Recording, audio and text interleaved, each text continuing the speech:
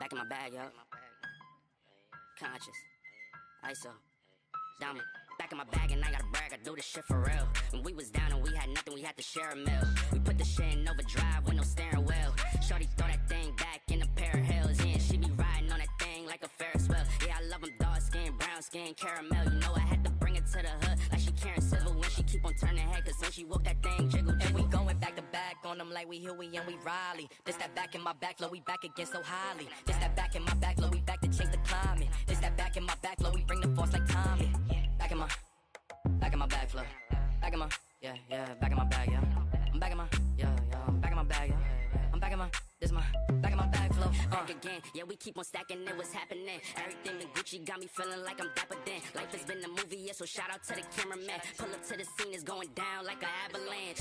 Steady going up like a travel plan. Homer Simpson face, lucky power plant. Yeah, I'm off that dope, like I'm back again to Vizzy. At the Millies, out on Club Hearst. Give the word if it's a cinch, Lord forgive me. Still having motion, dog, so why would I slow it? Make it rain on them, bust a band, then you throw it. We was steady having it, even at our lowest. High speed road running, keep my motor going. Hey, people feel away, but they don't show it. Gotta watch the people that's around you, that you grow it. They be coming around you with some plans to steal your moment. Soon as I bust a nut, she be like, baby, where you going? Never slowing down, it's enough to go around. Yeah, you probably knew it's then, but really you don't know it's now. Niggas love to show and tell, but all my niggas know me well. It was either chase a dream or go to jail, but none of us ain't going. Going back to back on them like we Huey and we Riley. This that back in my back, low, we back again so highly. This that back in my back, low, we back to change the climate. This that back in my back, low, we bring the force like Tommy. Back in my bag flow. Back in my, yeah, back in my bag, yeah. I'm back in my, yeah, I'm back in my bag, yeah. I'm back in my, this my, back in my bag flow, Yeah, not for real. Double I. Do or die, you already know. Don't try. Just at home, cause none of y'all really fucking with us.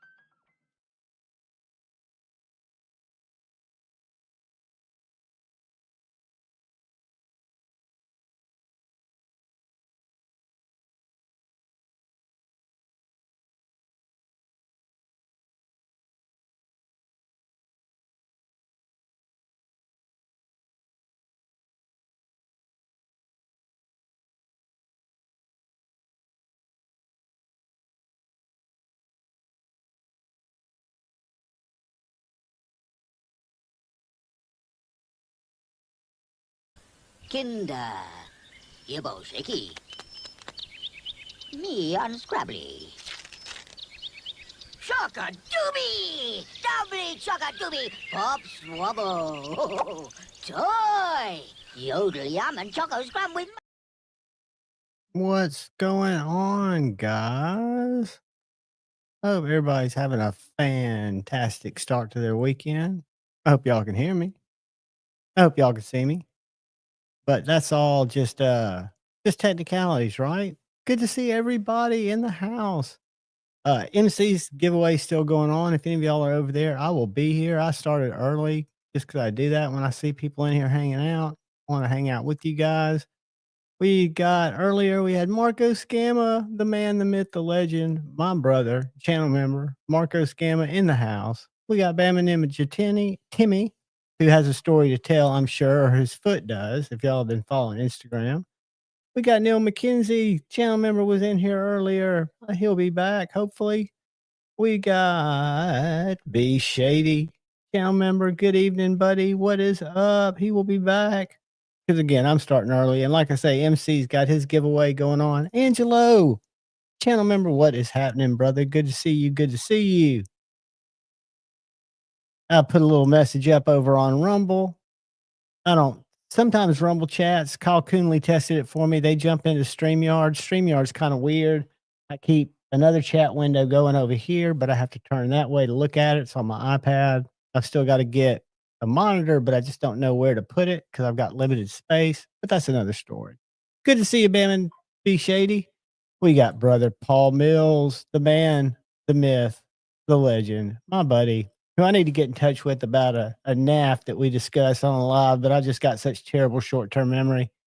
El Cap Addict, channel member, what is going on, brother? Good to see you. Good to see you. We'll have a good time tonight, guys. I'm well rested. I have a couple of cool things to talk about. I wanted to show you guys some things that I found the last couple of days that I wish I could buy. One that I let get away from me. Ed Harrison, what is going on, brother? Good to see you. I was on Blade Binge the other day, scrolling around, and I can't buy the knives like I used to buy, but I can buy knives every now and then, certain times of the month, based on price. And there was an SPK Shark. It was probably one of the later versions, but it was $160 in excellent condition. I snoozed on it for about 10 minutes, came back, it was gone. But anyway, that's a little fixed blade. It wasn't meant to be. But my buddy A to Z EDC picked up a Kung Wu Ronin on Blade Binge. I'd never seen one. It's a flipper only knife, really well done. They do a good job on almost everything I've touched from them that's not a bar lock. Burnt Relic, what is up? And some people love their bar locks because they're so smooth. I'm not a big fan because they don't have a lot of detent. Marco, what's up? Because I've been spoiled by their frame lock detent, which I think is outstanding. Let's see if I missed anybody in here. I think I said hey to Angelo. Hey again, Angelo. Good to see you. Nice for life. What is up, buddy? Welcome, welcome, welcome. We've got Jesse's in the house. Good to see you, Jesse. Welcome. Settle in. Hopefully it won't get too weird. Ed, what is up? I reached out to Kyle Coonley earlier and I threw him out a couple of just, I was being sarcastic, but topics that I could start to just be totally divisive. And I figured, no, that's not the way I do. The Night's Edge, what is up? And they were more like knife things, right? Like things that people argue about knife wise. And I figured, nah, because people will take it seriously. Somebody will.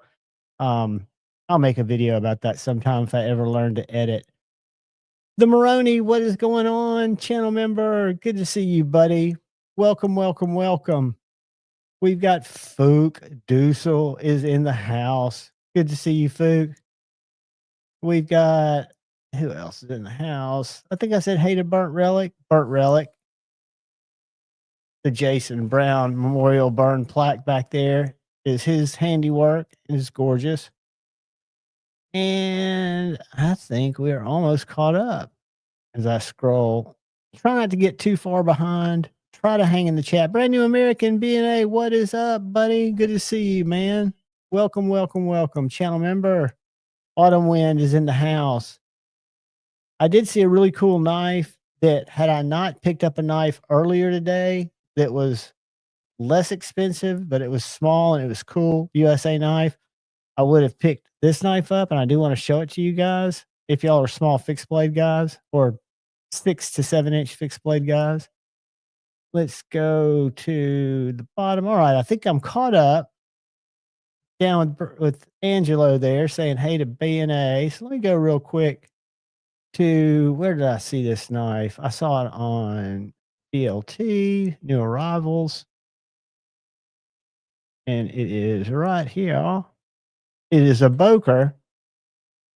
And I've got the BFF Barlow, which is a little pocket dropper that I really like. But this little knife is $130. It is about 6.5 inches long. It's a Burnley design, Magna Cut, Kydex sheath, not a leather sheath. Made over in Germany. The Magna Cut, they say, is 6162. You know, that's a little soft, I guess. But for a small fixed blade knife, I thought it was a cool knife. Had I not jumped on, I'll show you what I jumped on. If I hadn't jumped on what I jumped on earlier in the day, I would have grabbed it. Nobody listens to Eric as a new member, brother. Thank you, thank you, thank you so much. And as opposed to a little sound, I want to give you a man hug.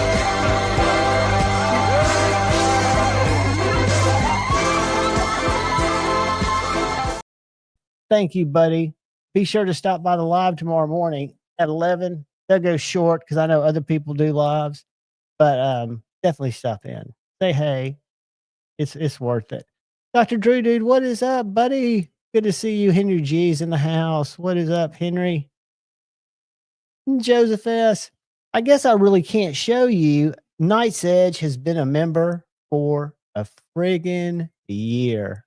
Gosh, dude, it doesn't even seem that I've known you a year. Thank you.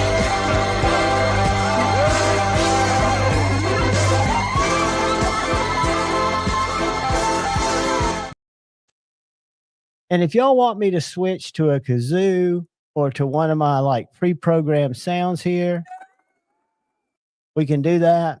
But I always feel like a video cue is always good. What's up, Ron Crow, channel member? Good to see you, buddy. Welcome in, welcome in. So I've got a couple of knives over here, one of which y'all are going to get a surprise intro into that I'm going to be reviewing tonight. Check this big bitch out. Does anybody know what that is? Let me give you an idea.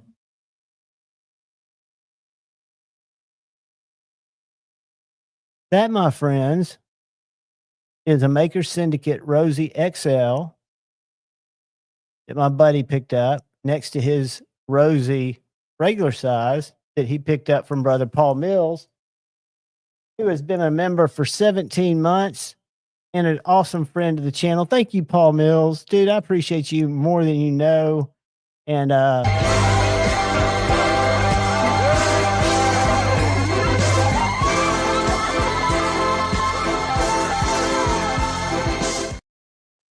but I'm going to be showing a Rosie that he sold, this little guy, just because the size comparison of the Rosie XL to me was so stunning. Granted, it carries like a small, thin Rosie. However, it's honking huge. No, I'm not doing the kazoo. I'm kidding.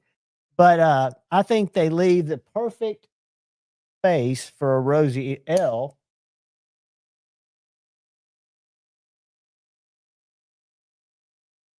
Because you could easily have a Rosie, not that they need it because they can't keep these in stock or can't keep these for pre-sale. But if they made one a little bit smaller than this, although the regular Rosie is perfect size for me, and my buddy A to Z, who's a big guy, I mean, super big guy, full-size guy, he likes this knife, but I think he even prefers the size of the original Rosie because this one is a little bit bigger. Isn't that awesome, Paul? And this is the way it came from Maker Syndicate with that acid etch blade. Is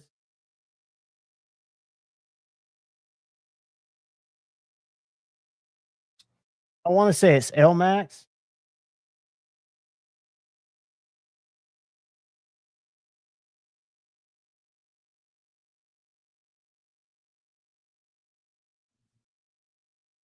Except I'm not Rosie.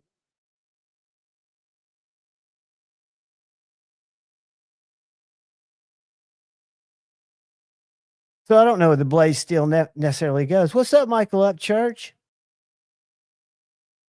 But really stoked to review that tonight after the live. I'm going to try to squeeze it in after the live before said faction gets going too much. And I've really been looking at my Lamia versus the original Rosie. And I have no regrets choosing the Lamia when I was making that decision. I think they're both great knives, and I will own a Rosie one day. It's definitely on my grill list, but I don't think I'd trade for my Lamia. What's up, Mad Yako? Good to see you, brother. I do not think I would trade it for the Lamia. And I'm kicking myself that I did not pick up that used Shark in LMAX. Great little fixed blade. I would have loved to have added it to the collection, and it was only $160. What's up, Knife Nerd? Welcome, dude. Welcome, welcome, welcome. Welcome aboard. Welcome aboard. Y'all come in and chill, kick your feet up, grab you some popcorn, talk about knives. Man, Yako's been a member for 4 months. Dude, y'all support is so appreciated.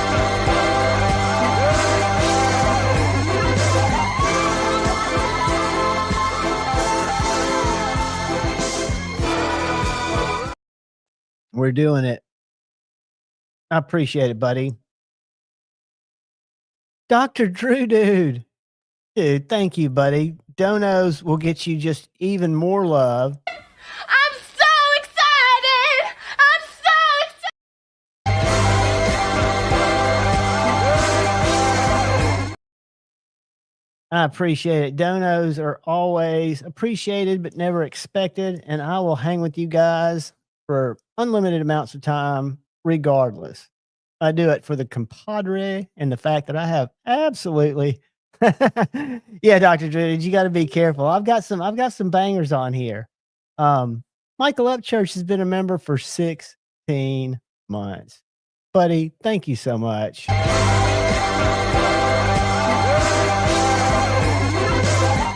Don't play it out too long. I tried to turn it down so that my sounds wouldn't be loud. My little weird drops wouldn't be loud. I'll try not to overuse the drops. Mimo, what's up? Good to see you, buddy. Michael, I appreciate you, buddy. I hope you're having a great night, and I hope you can stop by tomorrow at 11. We'll keep it short because everybody else goes live on Saturdays, but I just want to do it to thank you guys and give you guys a little something extra. Ooh, how do you like that, Richard? I'd love to check it out. The Maroney's been a member for 18 months. That is over a year. I can't believe it.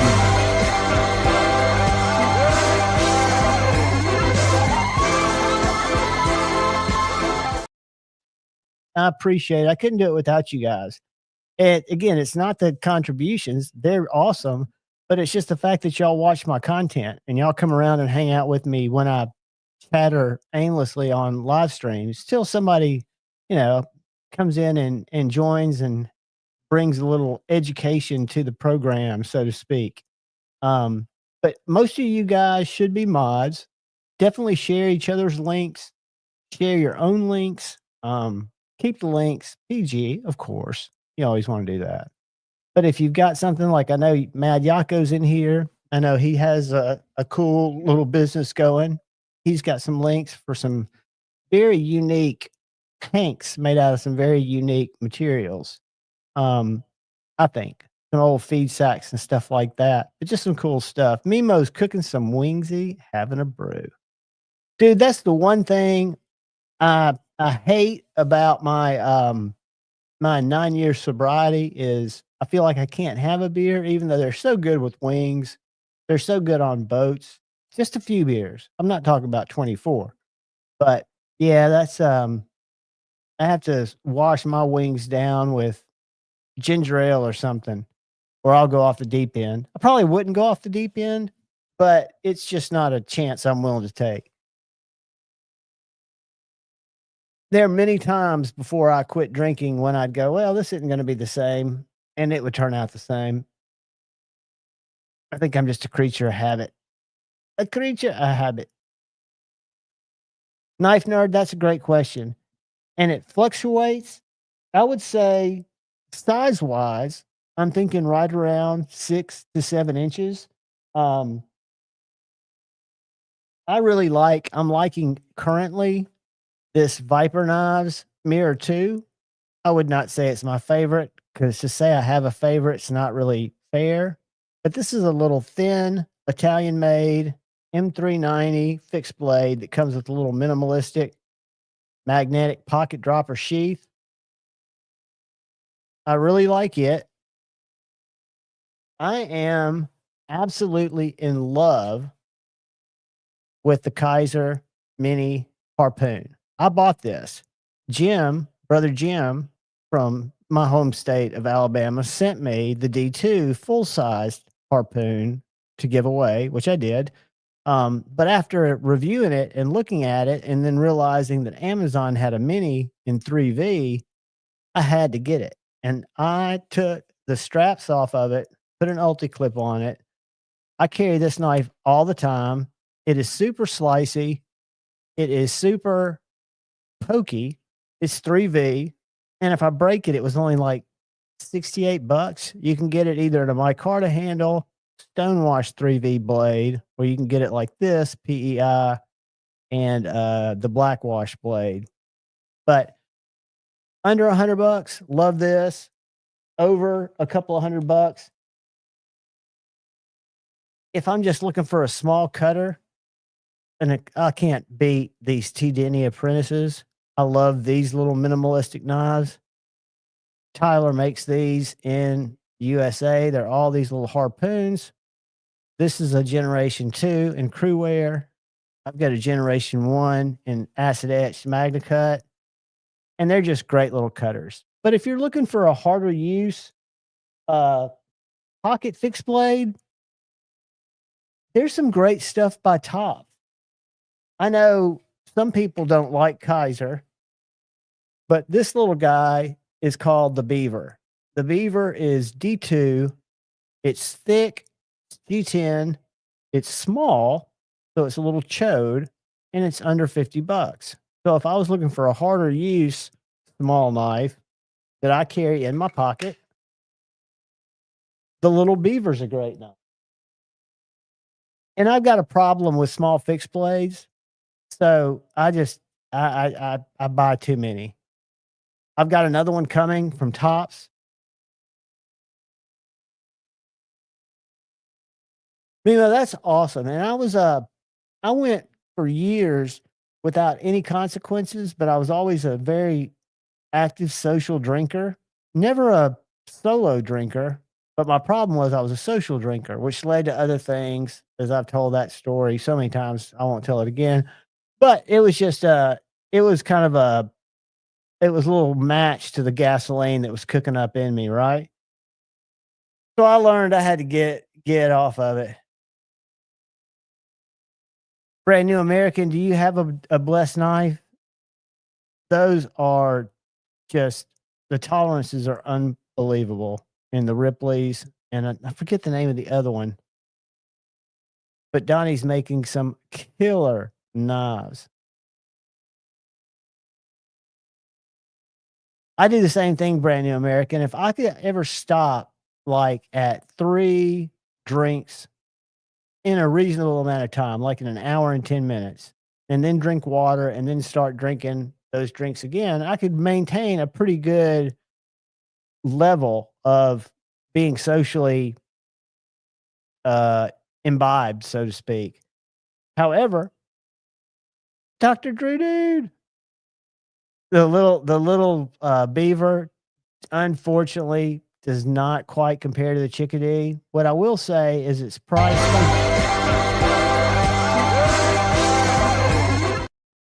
What I will say is you could buy 5 Beavers for a Chickadee, but I love my Chickadees. They're not anymore where it used to be, and I know you guys rib me on them. I talk about them because I enjoy feeding you guys. This used to be my favorite small EDC. And it's too small unless you're looking at a package opener, an occasional cat food opener. If you just want a little handy knife to be able to pull out and use, that's made well, that's USA made, handcrafted, with a little bit of help from CNC, they're great knives. But it's just a little bit small, right?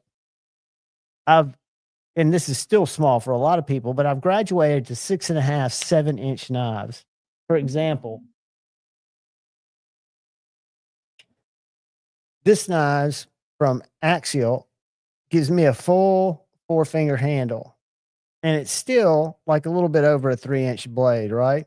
So I've started carrying knives that are this size, or that are the size of my Boker, or for that matter, the mini harpoon. I've got smaller knives out here.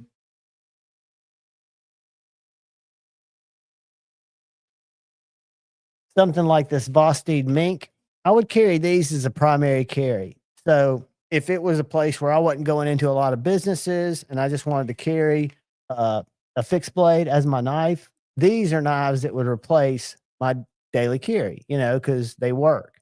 Um, and I really do. I don't know why. And I keep looking at them and I keep finding them. I don't know why I'm so um, taken by fixed blades because they're so simple in terms of not being mechanical. But like this little one I traded for with Joe Isabella, I just find so attractive. This is a Koch Designs. I don't know if that's going to show good, but it's a little chisel grind called the Hornet. He makes this knife in a little tanto. He makes it in this trailing point, but it's got a really high ridge here, so it's a piercer all day long. Although it's a good package opener, it's a good cat food opener. It's not what I would call a slicer because it's not designed to be. But it's just a little beautiful fuchsia blade, G10 scales, excellent little sheath, a knife I would have never sought out. But trading for knives, I get exposed to things that I wouldn't normally get exposed to. And fixed blades have just kind of taken over what I'm most in.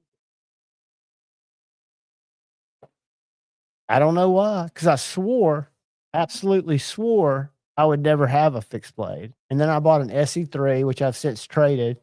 But after that, it was the knife that started me down the highway.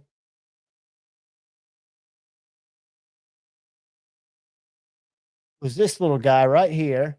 And this is the one that Joe Isabella beautified with his own handmade scales. But this is the Tucson TS 150. It's a little knife that when they're in stock, you can get them in G10, S90V for about $60. Comes with a little Kydex sheath. They make one now with carbon fiber handles. It doesn't look nearly as good as this one. And the blade's no longer S90V, it's M390. But for a sub $80 knife, these are great little starter knives to see if you want to carry a small pocket fixed blade. But I determined early on that I do, and I do prefer them in a leather pocket dropper because almost every Kydex sheath I get, I set up with a pocket clip. I'll either use a concealed carry. I don't see any of those handy. Where's the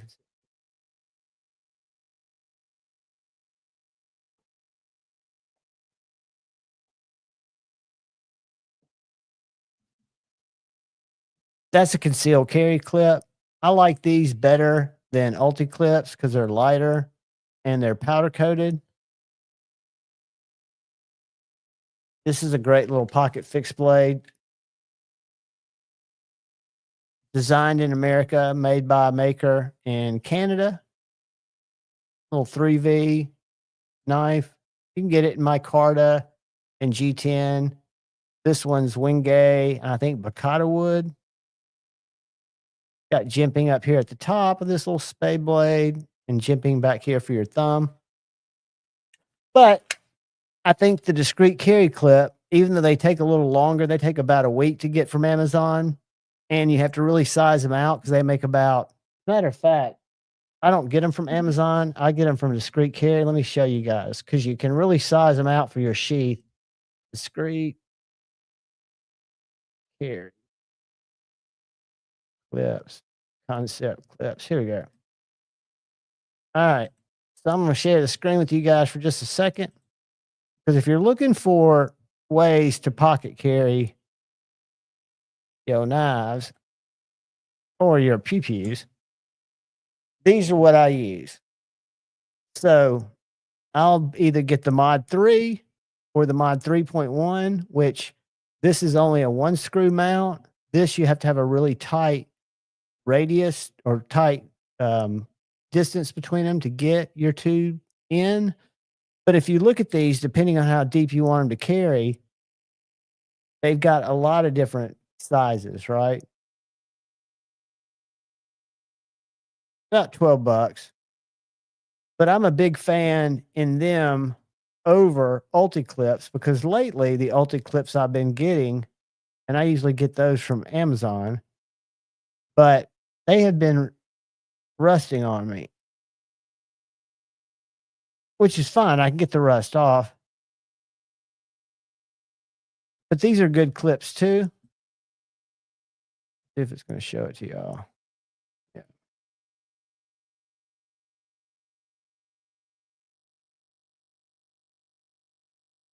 What are the products? The 2.2 or the 3.3. Why is it so slow? What's going on with their website? If I just like, if I lost internet connection and nobody can even see me, I want to compare. Yeah. So anyway, they've got a bunch of merchandise and shit too. I'm not care about that. I want to look at clips. I want the AP clip. Which LT clip? We'll look at that. But anyway, LT clips work well. They've got this little tension mount here. I use the 2.2 Slim and the 3.3 are the two that I've had. I have gotten them for this Ulti-Tuck's good for PPs, but these are the two I get off Amazon. They work really well. So if you're not going to get a leather sheath, Lord Needham, what's up? Which I recommend. Check out Lancelot Leather. But if you're not going to get one of those, I'm a big fan in an Ulti clip if you've got a good Kydex sheath with it. I use it on almost all mine. And some of my leather slips that I order come with an Ulti clip because I spec them that way. I spec some with the deep concealment carry. Kevin Smith and Knives, what's up, buddy? Channel member, welcome, welcome. Glad you guys are here. Hope y'all have some time to hang out. Hope y'all spend a late night and hang out with said faction too. Derek, for real, what's up? I don't know if y'all watched the Honey Bucket last night, but I did. I was glad it was back after his Thursday off. I like the small drama when the policeman that knows him pulls up. That's always for good breakaway. And then I don't know if y'all noticed, but he had a rabbit stalking him that was peeking at him behind the Honey Bucket, showing up on camera every now and then. Always good entertainment there. Douglas Wagner, what is up? So I don't know what you guys carried today, but I carried no fixed blades. I carried my Medford Infraction and, as ironically as it sounds, my Jack Wolf Feel Good Jack and my Quark 3 4.7s EDC light, which is in my other pocket. Lord Needham, I was just talking about last night's Honey Bucket, watching Sid Stevie. These are great little lights, designed in America, but made in China, but they're made with solderless boards. So you can update them. You can add different lenses, different bulbs. They're programmable with 9 clicks. You can set it to one of more than I know how to mess with modes, like 9. Mark Parks, what's up? I'm going to let it pass, Lord Needham. The last thing I do, I always notice I get Lord Needham in here and my brain will go off and he'll bounce. I don't want him to run away scared because I do freak people out.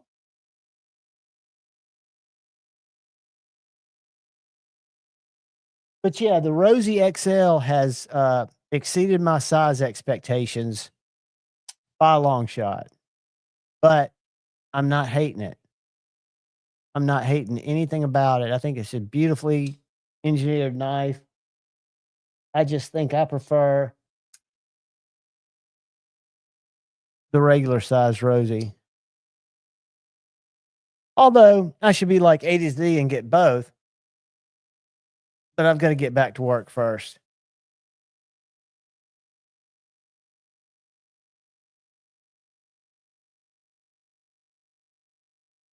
Todd Knife and Tool I used to collect everything production that they made, starting with my little Roxy 3. Is that what this is called? I bought this from Brandon Thrasher on the secondary after he reviewed it. And that led to the malware,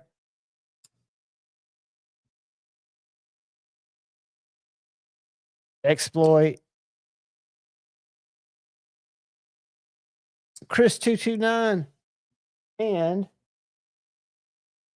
the Shodan. My favorite. I think I like the Roxy 3 the best, but the Shodan's definitely the most comfortable and the most pokey stabby. But Todd Knife and Tool designs are appealing to me, even though they're a little steampunky, a little futuristic. Fred the Lug, what is up, buddy?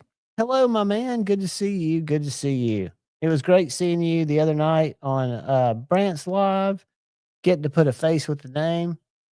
I enjoyed that stream. I came across it just on happenstance. That was last Thursday, not this past Thursday. I was actually honey bucket hunting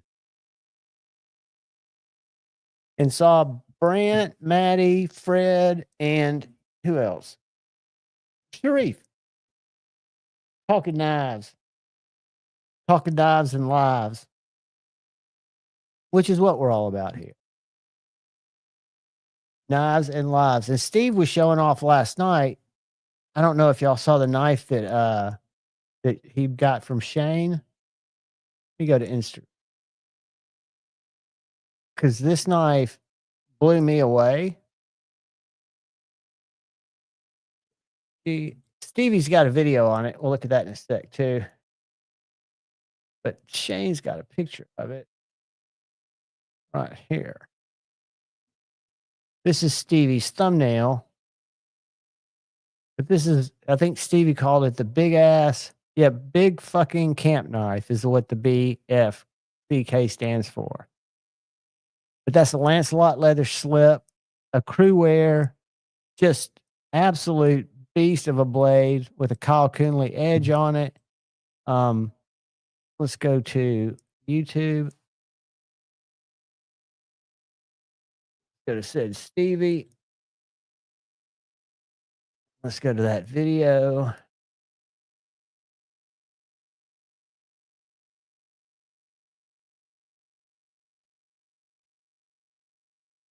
From the honey bucket. Where is it?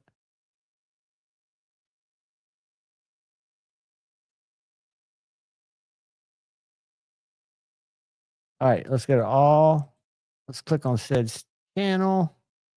Videos. There we go. He won't mind me.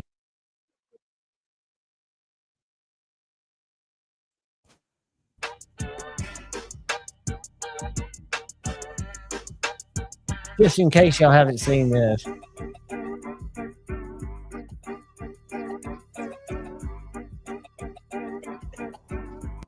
Salutations, friends. It's your pal, said Stevie, and you've already seen the thumbnail, so you know what we're getting into today. This is something I have been waiting on for quite some time. I'm kind of slow on my patience. Let's go back to the pull it out. There we go. McNeese Mac 2 that I've been carrying quite an awful lot. Get into it as of late. You can do it. This is a knife that as soon as brother Shane Edgy American Blades said he was this was actually shipped to me by Kyle of Klingon Works Quality Sharpening. I'll let you guys look at Kyle with his QR code. A snapshot of that if you want to get in touch with Kyle. A link for his Instagram is also in the description of every video that I got posted. But yeah, so this check out this knife. Was made by Edgy American Blades, fresh from Lungbone Apparel. And I was considering making this a chillin' for my homie video. He's got the but I'm editing too down. giddy and I just want to get into it. Whew. This custom sheath by Joe, and I've seen pictures of it already, but this is what I'm calling the edgy American blade. How badass is that? Crispy, what is up?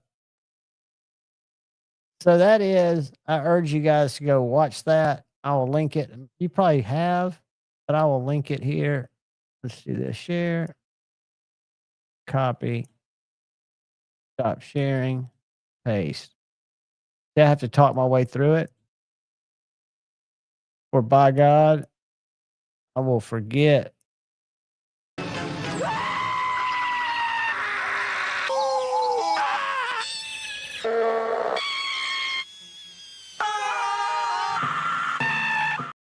I hate to forget. Forgetting is one of those things that just leaves my brain in this space of nothingness where I'll start a thought and it just leaves me. And then I think, well, is that less like early stage dementia that I deal with my dad? And I'm like, nah, probably not. Probably just years of abuse on the road with the dad. Either way, it's not good, but I'll embrace it. Jeff, what's up? Paul, very possibly. Thank God for it, though. It does suck getting older, Richard, but at the same time, I'm going to embrace it because there's no real choice. So I made a decision to just slide into it till my surfboard hits the beach or I break a hip. Then it's going to be, downhill from there, but I'll welcome it. But yeah, Paul, when I first, in early sobriety, I went 4.5 years where I didn't even consume anything with THC in it until Alabama went medical. And then I made an exception. And it made my life much, much better.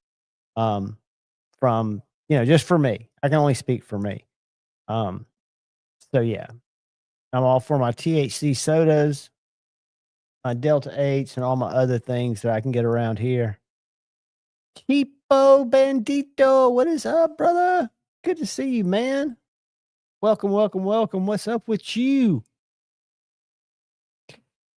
Yeah, and Richard, like they said, and I forget who said it, getting old is not for pussies, right? You just got to kind of buck up and do it, or have do like my grandfather, 65, cutting his grass down in Cocoa Beach, Florida, and just falls out dead doing what he liked to do. He actually liked to cut the grass, so he went out doing what he liked to do. And Cheapo, I'm living the dream, buddy. Buy the drop. Buy the drop. That's all we need, Angry Tom. And you can make waves, dude. That's why when I used to spend my summers in Cocoa Beach with my grandparents and first surfed, that's when I got into skateboarding about 76, 77 and learned I could kind of take that with me and skate kind of anywhere. What is up, Rody 74? I just missed you. I missed you again. It's going too fast. There it is. What's up, Rody? Good to see you, buddy. Welcome, welcome, welcome to Friday Night Flicks. As we sit here and we talk about life and we talk about nice, not necessarily in that order. I did have a couple of different things I was going to bring up, but they were really more tongue in cheek and probably not much positive that will growing old. If you got a comb, you'll never part with it. Jeff, that's one thing I have not resorted to a comb because that's another thing I'm not above, shaving my head. I would shave my head if I needed to. Not dyeing any hair, just kind of going old, right? It just happened. I got a blast last night. I actually timed out a dude in Stevie's chat just because he was spamming. This Islam something guy was his name, and he just kept spamming the same thing that meant nothing. So I let him spam about 5 times and put him in timeout for 5 minutes. And then taunted him where he couldn't respond. But people were coming in going, old guys. I'm thinking, dude, if you live to be as old as we are, you will have hopefully some wisdom and you will have some street cred. But just jumping in here saying shit, it's just, yeah. Rody, that's true. And they're kind of slow acting. So if you're like me and you eat a couple of cookies before the first cookie gets into you, they make me go to sleep in high doses. Edibles do. So I'm not much of a threat. Yeah, Richard, that's the thing, the maintenance of it, because I hate shaving my face. I used to be totally clean shaven, short hair. Folks' homes are going to be sick. Brand New American, we're going to rock them. I hope to not go there. Like I say, I hope to go out gracefully while I'm still, and again, I think that's everybody's wish. While you still got your facilities, have something happen to you, like you run into a building to save a burning baby or save a baby from a burning building, not a burning baby. And you get the baby out, you go back in, and the building collapses on you. And, that's how it goes out. Or you're walking down the street and you get hit by a car, or you're cutting your grass and you fall over, or you're surfing like Jay Adams was and you have a heart attack while you're out paddling out, doing something you love, right? Not just getting old in an old folks' home. Although I think old folks' home, the ads are killing me. Angelo, have you gotten any ads during this live? I've got no ads turned on, and I hadn't seen that. I know we used to get complaints of ads going out, and I know YouTube's real random about it, but I haven't heard of it lately. Sorry about that, dude. YouTube's going to get theirs. I think they take like 30%, 35% of every donation. I mean, YouTube's a conglomerate of ways to shadily get money. Richard, when COVID started, I was in the corporate world at that time, and I just let it keep growing. I was in a managing position, so it really didn't matter till they laid us all off. That may have been a purpose, but I don't think it had anything to do with it. But yeah, I'd had it long in college, and then thought if I ever got old and retired, I'd let it grow. And now that I've let it grow, I'm kind of reluctant to cut it, although it's a pain in the ass, and I don't mind short hair, never have. It just kind of goes with my shit, so I'm gonna let it roll. Let it roll till I'm forced to conform. And I think at this age, I'm not gonna be forced to conform. I think anything I do, I will try to do remotely and do Google AdWords or something like that, where I can kind of do it remotely with the minimal exposure to a lot of people, which is what I've done my whole life. Been in front of people, and I'm kind of all over that. Roman M, what's up? Good to see you, buddy. Welcome to Friday Night Flicks. We were just chilling it out.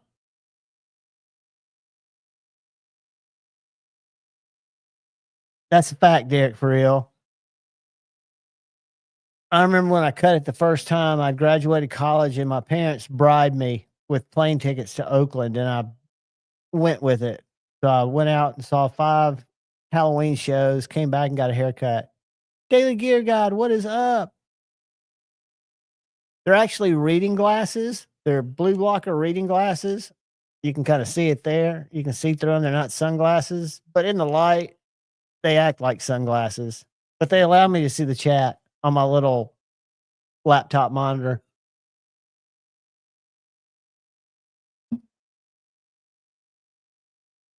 Brand New Americans, you have one of those just badass mullets.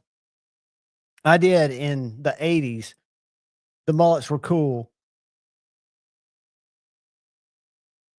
That's the way we all rolled. We all rolled with mullets.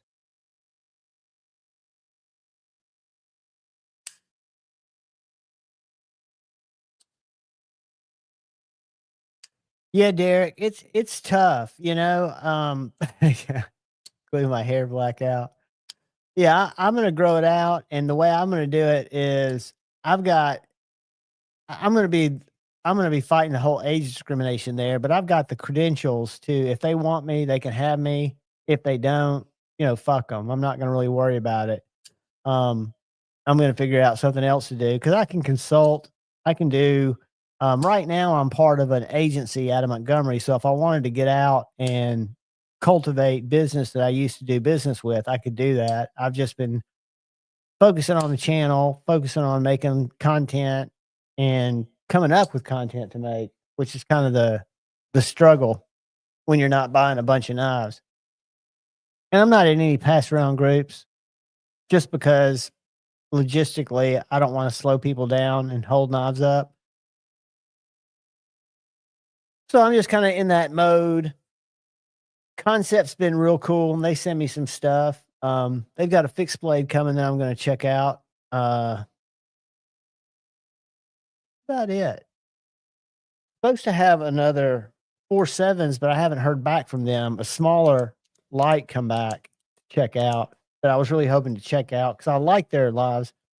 Richard, I appreciate it, dude. Right now, I'm doing pretty good because when I take these two after I review this Rosie tonight, and take it back tomorrow to my buddy, I'm going to pick up a few more of his. He just got a Riot I've never seen before. It's got a pivot that looks like a skiff, custom knives pivot. And he also picked up a Kung Wu Ronin, which I'd never experienced before, but it's a really good knife.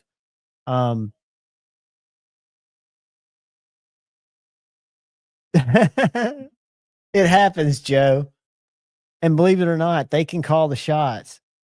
There was an 18-year-old at the time that was also jockeying for me to get a haircut with my parents. So it wasn't just the flight to Oakland, although that was a big thing.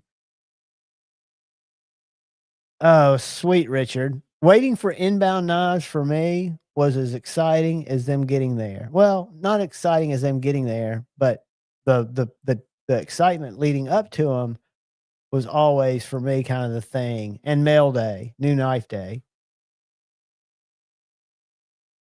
But I'm hoping to trade for some stuff, and there are a few people I trade with. I don't go out and look to trade knives, but I do trade a few knives, which gets me some really cool stuff in to check out, and I'm thankful for that.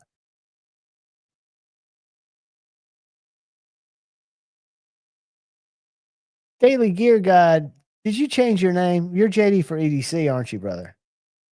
I see your logo, and then I see Daily Gear Guide.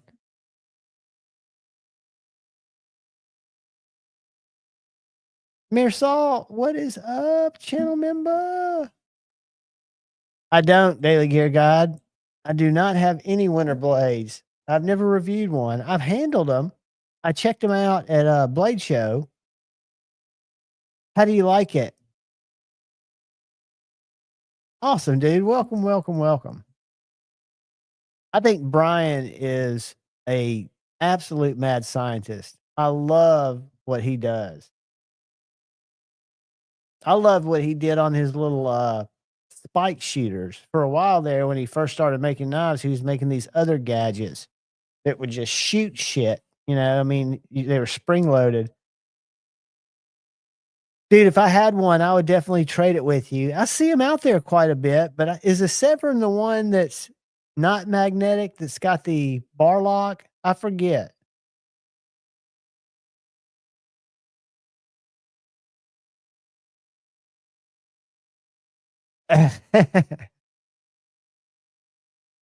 The only reason I don't do it, and Lefty's got a great one, is I'm not organized enough to sign up for certain knives, and then when they come, review them, send them out. I do that enough anyway. It's just something else for me to fuck up. So I think the least interaction with that kind of stuff for me is probably going to be the better. Now, there could come to a point where I really need to do it.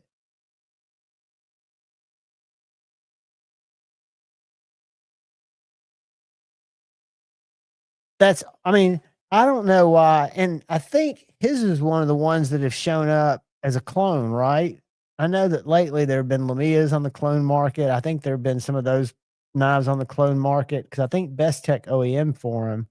But I don't know why he wouldn't keep cranking them out because if I'm not mistaken, they're very popular.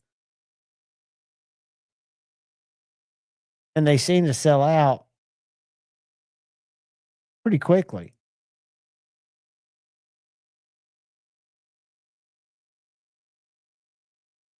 I saw a video. I haven't watched it, but I saw the thumbnail where the new Lush from Devo is going to come from Riyadh. I think that's going to be their first collaboration with Riyadh.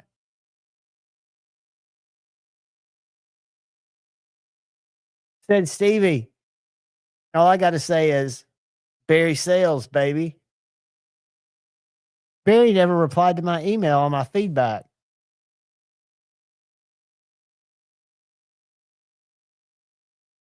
Kathleen Smith. Candle member, what's up, girl? Good to see you. Good to see you. Yeah, the cool thing about my buddy's knives is he buys a bunch of weird ones. And they're not knives that you see reviewed because he buys weird stuff. One of them, like the Spyderco Rhino, a lot of people watch. Most of them don't get a lot of views, but they're cool knives. Some of them are still available. Most of them, you've got to get them on the secondary.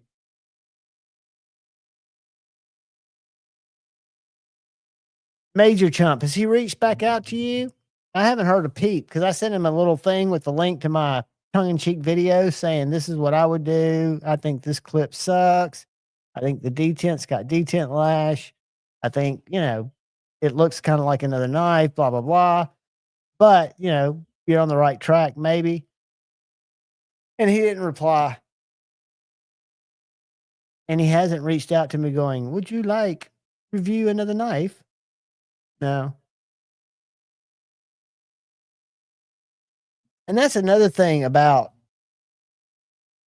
reviewing or talking to yourself, which is what it basically boils down to about a knife, is you've got to have some interest in the knife. If the knife does nothing for you, it's not really worth talking about. Unboxings can be fun because you can get surprised that it's a shitty knife that you didn't expect to be shitty or a nice knife. But if it's a knife that's just that doesn't give me the warm and fuzzies, I'd just rather not review it. I'd rather not spend 8 minutes talking into a microphone about it.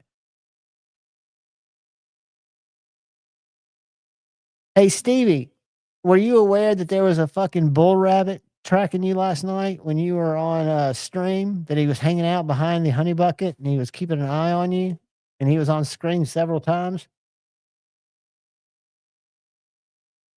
I thought it was a pygmy Sasquatch until I saw his ears. And the rabbits in the Pacific Northwest look different than the rabbits in the Southeast. Word. You better believe it. That was a big freaking rabbit, almost like a jackalope without horns.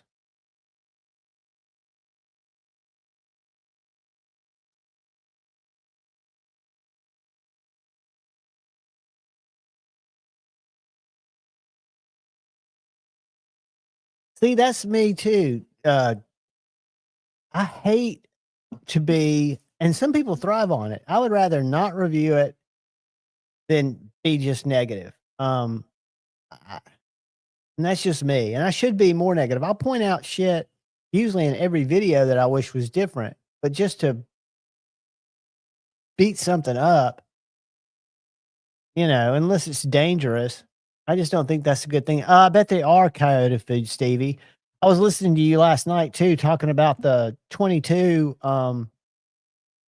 law, the fact that y'all are probably, I would guess, in more of a rural area where you can do that.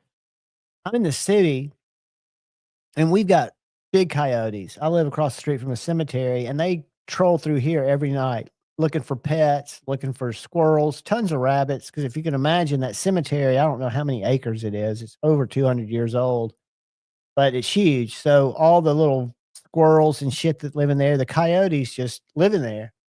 But I've had one in my yard and I've got a P355 little 22 pew, and I was getting ready to put caps into it because I've also got a Benjamin air rifle, but I didn't have time to pump it. But I didn't because I don't have a suppressor for it. But I would definitely lay out a coyote. I don't think they do much good around here except for just keep the pet population down. I would love to be. That's a good place to be, buddy. That is a good place to be. I'm in the city, but I'm kind of up by the mountains, so I have a lot of deer that come down, get a lot of wildlife and stuff, and I'm not around a lot of traffic.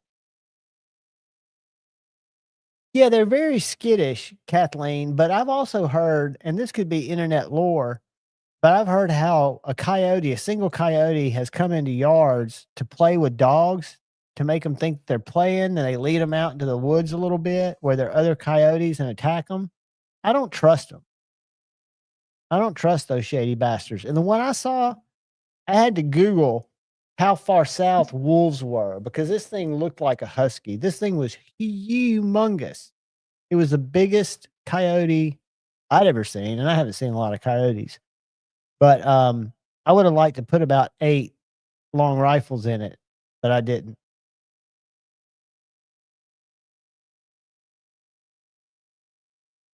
Stevie, we were just showing your big F, your BFCK.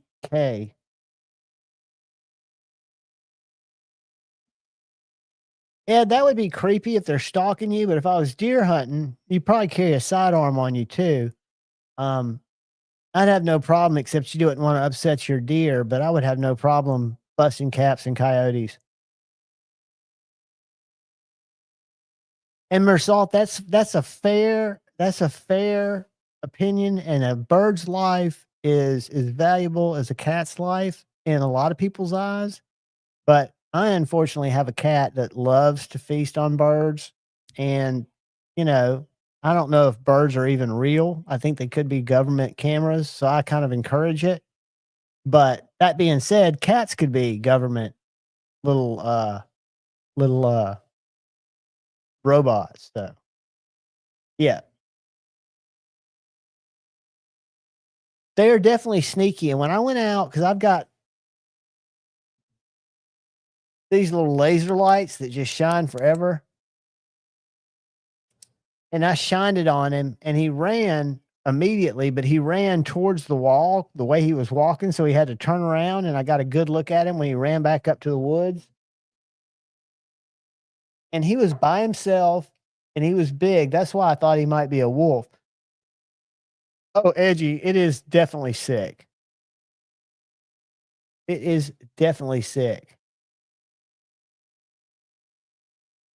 Rhodey, that was just a joke. That was just me taking up for Chippy's murderous ways. Because as far as chipmunks, well, she hadn't done it in a while. She's getting older. So she's not as much of a killer as she used to be. But she used to be. And the only thing I'll give her is she never would get birds on the ground. She always would catch them. She'd sneak up to them till they fly, and then she'd jump and get them out of the air. So I feel like if she can do that without a shotgun, she can have the bird. What is up, Kyle Coonley? How we doing, man? Dude, we're doing good. I'm going to pull this off the stage. Bloop. How are you doing, buddy? I'm doing well, man. Got a little sinus issues, but other than that, I'm good. It's a weather change. Has it been just colder than death where you are? It was, and it started to warm up a little bit. Now it's kind of back and forth a little bit. So Jack you up a little bit. Yeah, it was like -4 the other morning when I got up. But other than that, I'm good, man. How about you? Doing good, dude. Just looking forward to a little knowledge.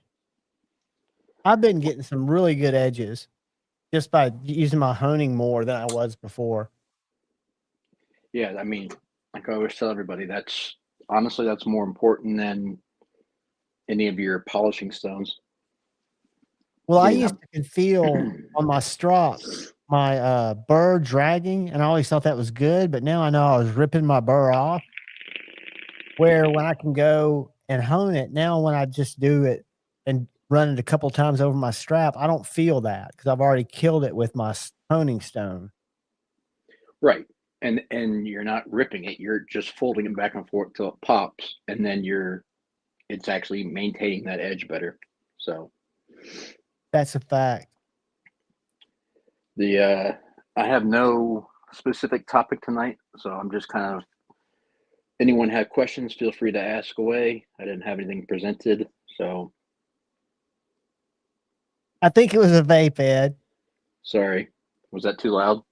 No, it's not at all. I'm vape too. You just had a few bubbles in yours. Yeah, well, I was trying to be quiet with it. I had it turned down a little bit, so. So What's going on? I did my my primary edge on my Tanto. Got it super sharp and then struggled with how to turn. Now this is a simple Tanto that doesn't have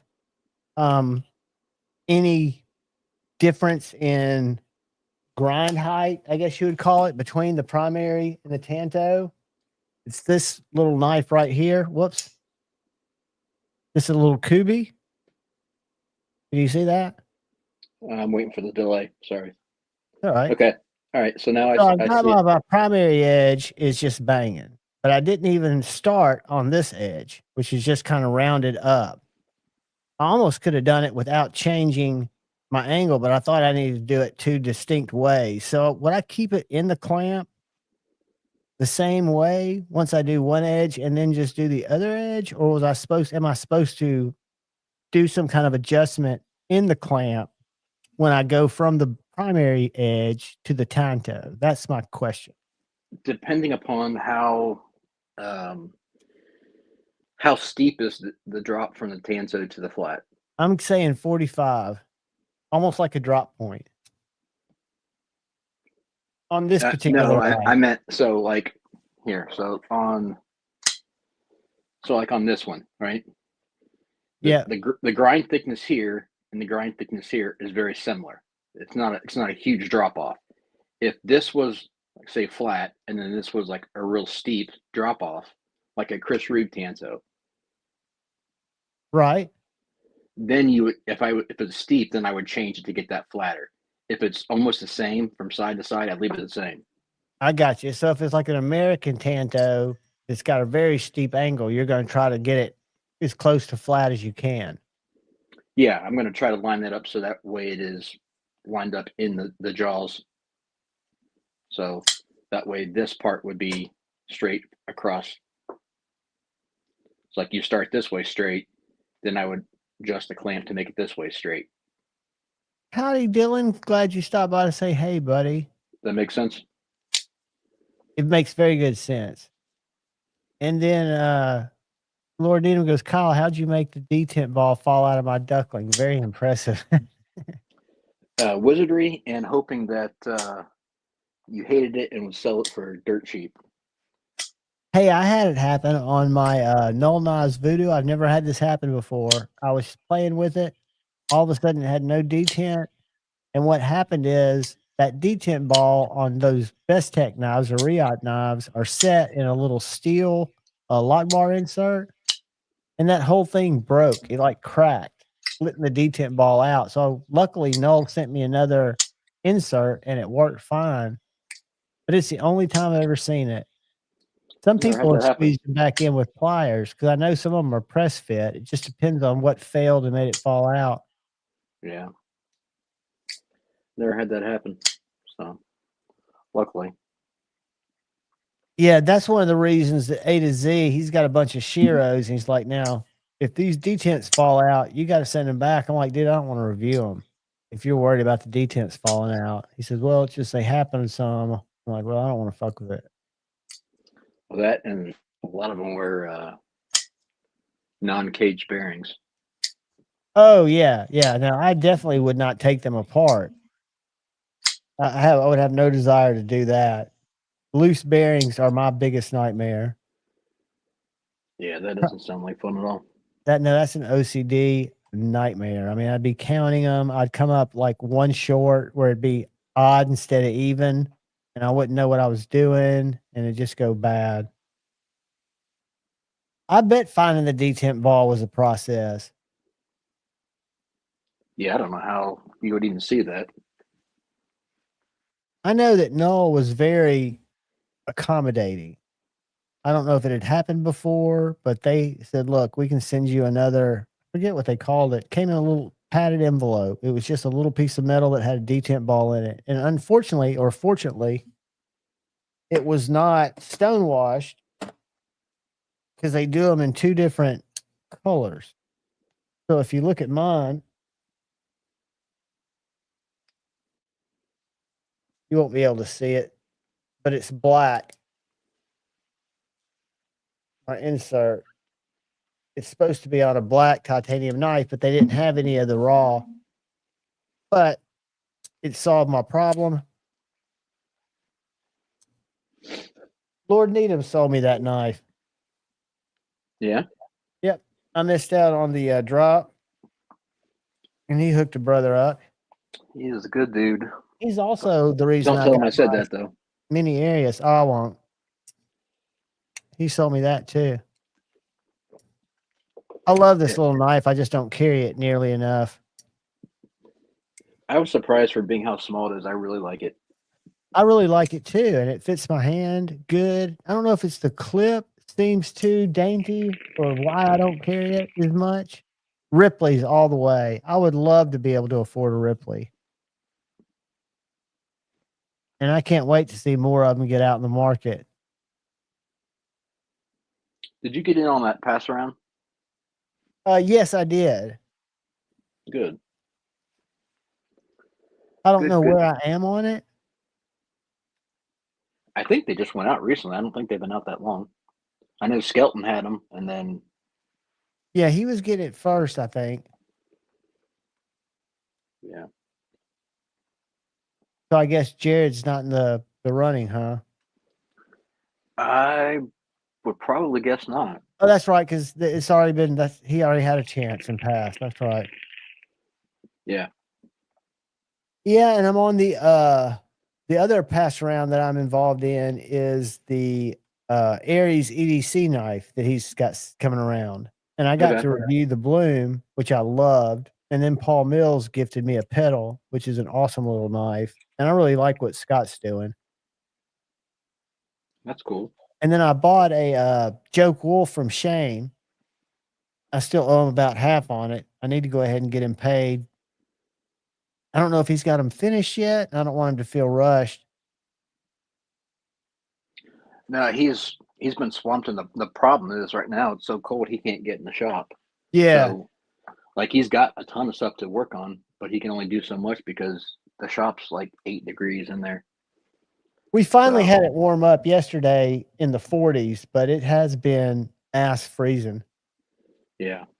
And like he's been actually taking all of his scale material home and working on scales at home because he can't get epoxy to set in that cold in the shop. So he's been doing a lot at home with the scales, but he can't grind, can't shape, can't do any of that kind of stuff. So The good news is everybody he works with is patient, knows what he's up against, and he's one dude. yeah. I see a question from Ron. Okay, let me go up and pop it. So if I have to change the angle, then I will work each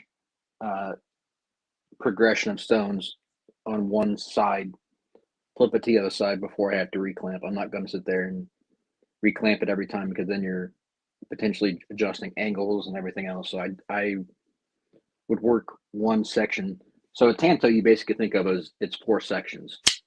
You got 1, 2, 3, and 4. So I would go progression like normal. I would go 1, flip it, go 2, flip it, go back to 1 to the next stone, 2, back and forth, 3, whatever I need to do.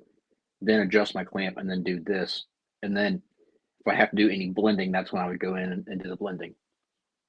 And if you had to do blending, are you going to find yourself, and I guess it depends on the grit, but are you finding yourself doing that with a higher grit stone when you're blending it out? Or do you sometimes have to go back to your coarse stones to really work that area? Well, if you're cautious about it when you're doing your original core stones and setting it, you won't have to do much. If you are sloppy with a coarse stone, then you're going to have to go back and do it anyway. So I'm very cautious when I'm setting that bevel with that first stone to get that angle right on both sides at the same point. And like we've done tantos on here before, where actually you can mark it off with a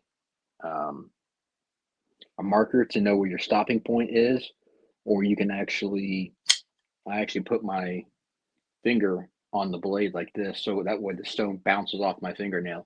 Because that one curves back, right? So you've got a little bit of where it comes down to the flat. You've got a weird transition. Was that accurate when I was looking at it? No, it's a pretty straight tanto. I mean, or a pretty standard tanto. I got you. You're talking about this grind line coming back in? Yes. Does that not matter? I'm not worried about that. I'm worried about right here where the point meets. That's the coat. That's the point where the tantos meet on both sides.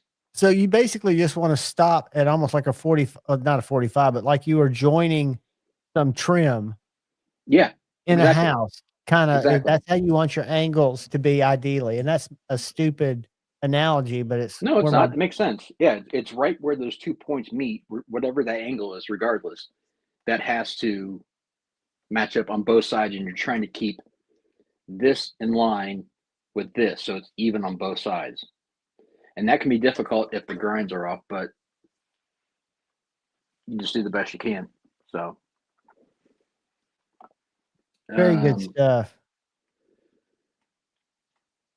See, I thought I saw something else. I'm scrolling. What Derek, can you do if you have very strong detent? You can adjust the lock bar tension, but it can, depending upon what knife it is and so forth, you can get into some trouble there if you're pushing too hard and trying to move it too much. If it's a liner lock, I would say go in there and give it a little wiggle out, and I use little plastic shims to just shim it, not much, but just ever so slightly. If it's a frame lock, I'm a little more nervous. Yeah, you got to be careful with it. I mean, you just go little by little and test it. The problem is you have to take it apart, test it, put it back together, see how it works, and then take it apart again and keep going back and forth to get it dialed the way you want it. Is it too tight for a specific deployment, or is it just too tight is all? Because a lot of times what I've noticed is I can hold certain knives and have no problem, and then hold another knife where I'm putting just the slightest pressure on that lock bar. I don't even realize it, and it makes it feel like it's locked up. That'll make a difference on a frame lock. On a liner lock, it's a lot easier to mess with, but liner locks typically are also thinner, so they're easier to bend, so you can bend them too far. True. It just kind of depends on what you're looking at. It's doable, Derek. I need more info on what it is, what knife it is. So, yeah, Derek, what kind of blade is it? We'll try to come up with an answer, because I might have adjusted it. That's awesome, buddy.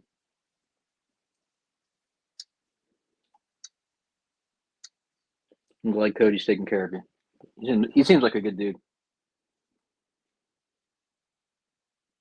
Absolutely. I saw a Red Wolf review, which I don't see very often, and he was reviewing a Tuya knife I'd never seen before that had a pretty awesome recurve.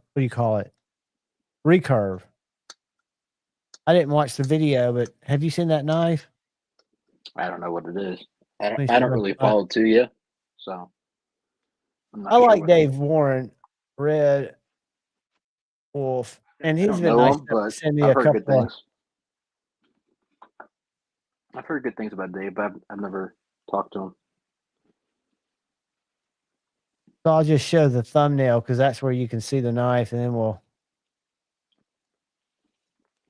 Definitely interesting. I don't know who it's a collab with, but it's this one right here.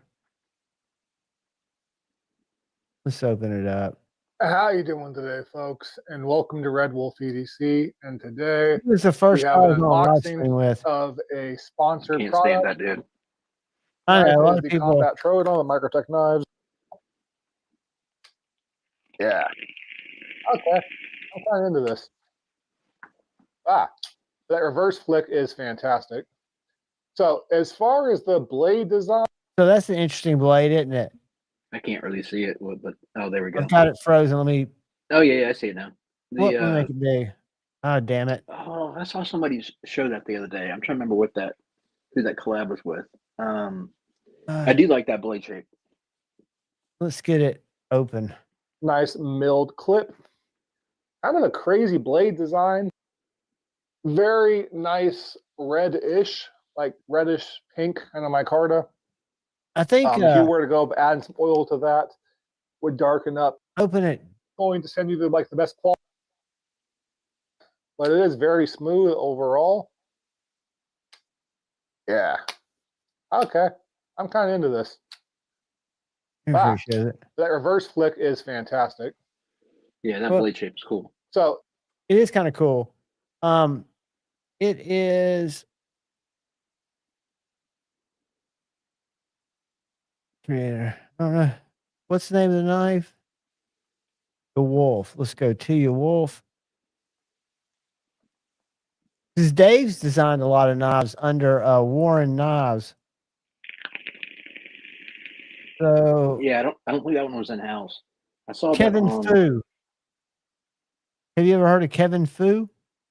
No, I thought that was somebody else. But I do too. Kevin Fu is the one who designed this. $179. Liner lock. No, it is. Yeah. Never seen that one. But pretty cool, pretty different. I'm scared of those blades, even though Kyle could sharpen it for me. there's nothing scary about that blade. Would you just sharpen that regularly? It looked like it had a pretty good recurve in it. I didn't see hardly any recurve in it. It had some. Kyle, talk for just 2 seconds while I run to the bathroom. I'll try to make it quick. Oh, you're fine. Derek, that is a frame lock. I would say, depending upon how much you need to get it to soften up, that's definitely bendable. But if you try to go too much, then you could run into problems. Is it a flipper, or what knife is it? Or is it thumb stud? Because that'll make a difference as well too, as far as how much you can change your hand position to be able to affect that.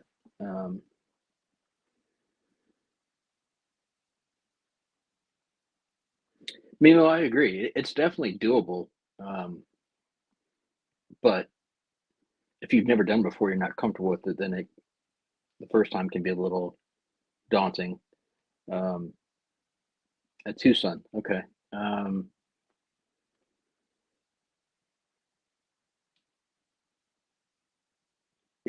think you could do it, Derek, but the issue is you just have to go a little bit by a little bit. You can't try to go for it all at once. And it's a hit and miss game of when you put it back together to see if you like it or not, and then go back, take it apart, do it again, and just back and forth. But I don't know if you're comfortable with that. If you're not comfortable with that, I mean, I'm willing to help you, or I'm sure there's other people that would be as well too. So Yeah, if anybody's ever looking for like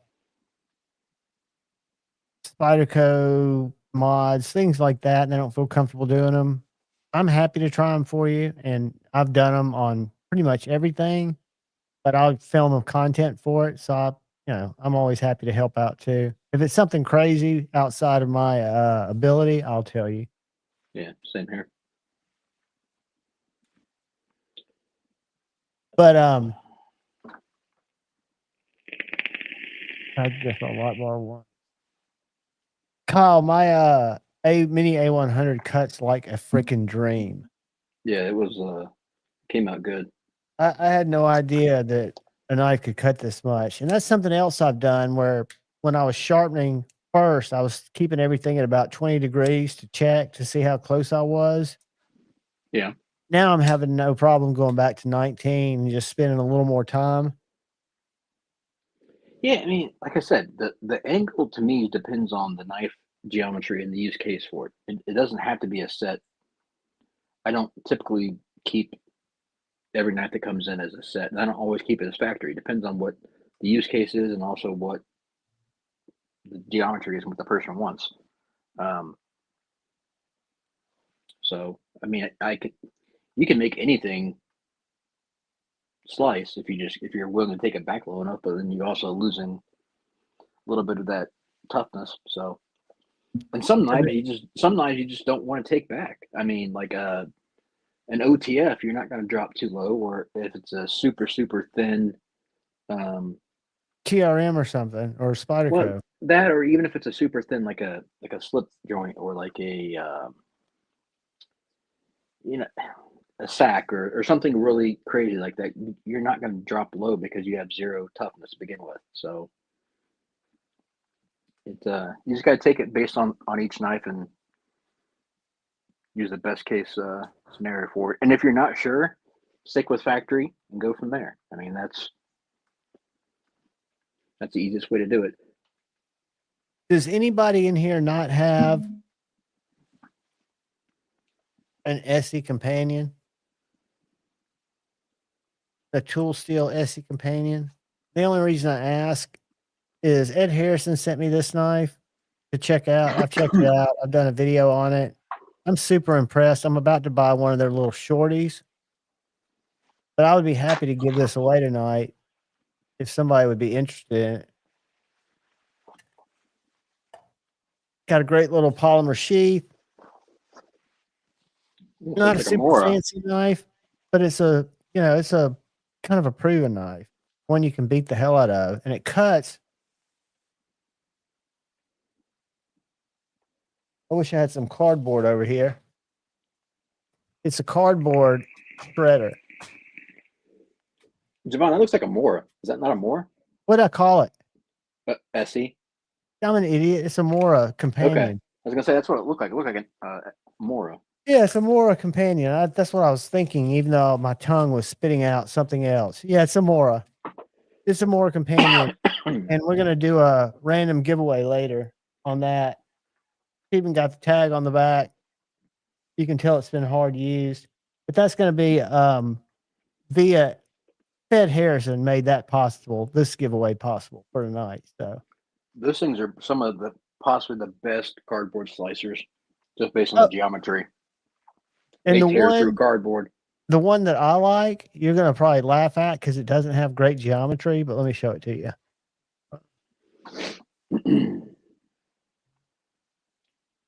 More Kiev. All right, let me go to share. Amazon. And I don't know why this little guy is so expensive. Maybe it's the grind. Let me find. They've got so many different ones. It looks like this, but it's not the light duty. That's the light duty. Cool little knife. But the one that I want. Derek, I would say if you're comfortable with it, do it. If you're not comfortable with it, send it to me.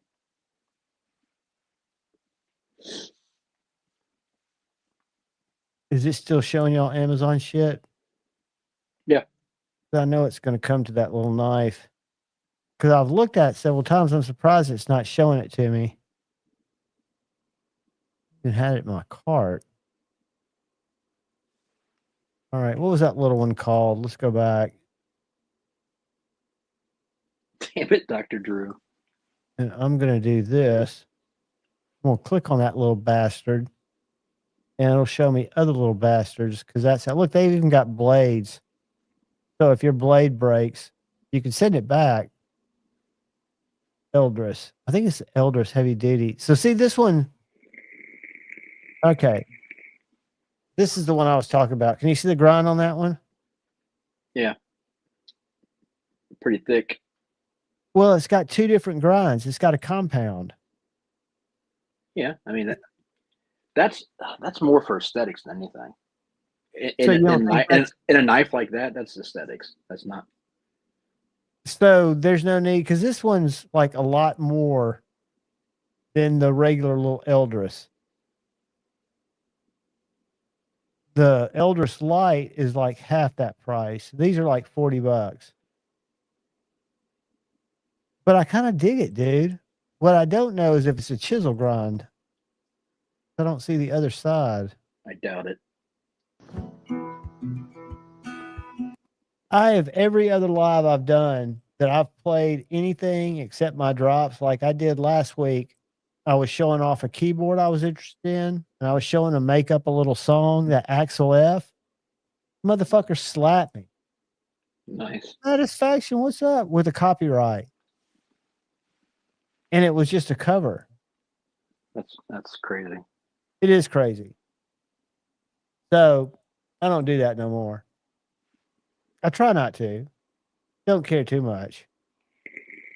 I do this. Nannerpuss, nannerpuss, nanner. And I got a creepy one for y'all today. Commercial break. Children have been asking us to make dolls with real growing hair for years now. The only problem is the current technology doesn't allow for that, so we've turned to the next best thing. A voodoo witch doctor named Captain Oogie who can transfer human souls into plastic dolls to give them lifelike characteristics. You can even modify the amount of humanity within the doll using our patented soul knob. Just be aware that these are technically human children and should not... How creepy is that? Are you just going back through your old film tapes from a child? In my old childhood, I just searched for creepy commercials, man. And then I sort of, if I was looking through my old childhood, this was my childhood. Big wheels are a-rolling. Listen to them turn. The big wheel. I was all about the big wheels, dude. We used to ride those circle around my pool. Not my pool, my granddad's pool. We'd race. It was freaking awesome, dude. You could drift on those things till your wheels went flat. And then you could never get a new big wheel until it would get so flat it wouldn't roll. So like 3 out of the 5 kids in the neighborhood would have that little thump where they'd be pedaling and you hear that thunk, thunk, thunk as that wheel that had a little bit of a flat spot. It was always on the right side where your brake was. I don't know if you know that. But if you've slid skateboards, which is how you stop them, if you think of how you stop a snowboard, you turn a skateboard when you're going 20, 30, you drop your hips and you kick your back end out, but you don't want to kick it out parallel to where you're going or perpendicular because your wheels will lock up and you'll flat spot them. What you want to do is keep it at a slight angle because it keeps your wheels rotating. And so you're just carving down the diameter of your wheels evenly because you're leaving rubber anytime you do that. But with big wheels, you couldn't do that because when you hit your brake on the right side, it would lock that wheel up. And when you were spinning around, your other wheel would free spin. So even though it was getting smaller on tread, this is y'all's science lesson for the day. Even though it was getting smaller on tread, it was doing so evenly. I got a dumb question for you, Javon, because I was never a skater. On the decks, can you adjust the camber of the wheels? Absolutely. Like you mean if they're close together? Yes. The angle of attack. So that way, like you do like on a car, you're adjusting your suspension and your camber. So that way you can determine how much is actually touching and what angle. Exactly. And you can do that 2 different ways. One is with wheelbases where they're either drilled for different wheelbases, but if you're wanting to adjust the angle of approach that your wheels make contact, you buy these wedges at different degrees that go between the bottom of the board and the truck. So they offset it by angle. Okay. For example, a pumping setup, you want the front wedged at about 30 degrees and you want the back flat so that when you wiggle the front of the board, it propels the board forward.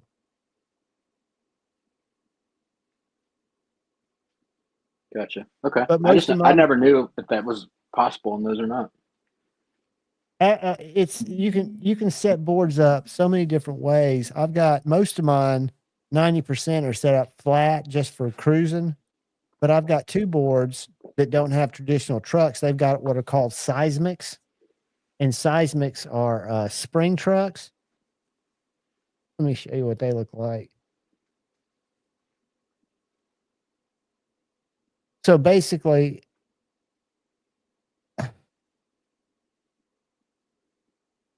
instead of using bushings, these use springs based on your weight.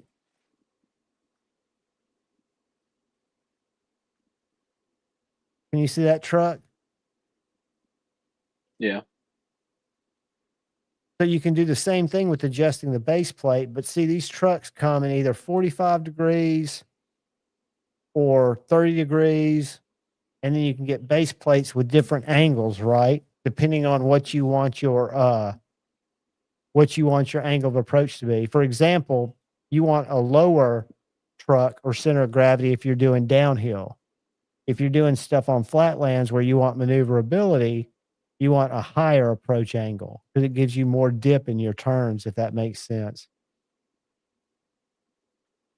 Because, dude, those downhill skaters, they don't use their trucks to turn. They fucking slide. It is sick. That's like, let's do this real I used quick. to watch some of those insane like downhill racers on mountain bikes when they're basically going down the side of the volcano, and that shit's just crazy. Let's watch this one raw one run at 70 degrees or 70 miles per hour. And you can see this guy, how he turns. And I'll probably get struck for it, but it's worth it. Because this dude's on the open road. I gotta go at the bottom. And other guys are filming him. So this is a fucking mountain. He's skating down a mountain. Yep. And see the pucks on his hands? Yeah, his gloves have pucks on them. Those are like helmet material. And when he gets to where he has to turn to slow down, he pucks down, take the weight off the front wheels so he doesn't need it. And what's scary is there's somebody skating behind him filming with that. Well, not only that, but if you hit a pebble or something like that, you're just Look how close splattered. to that wall.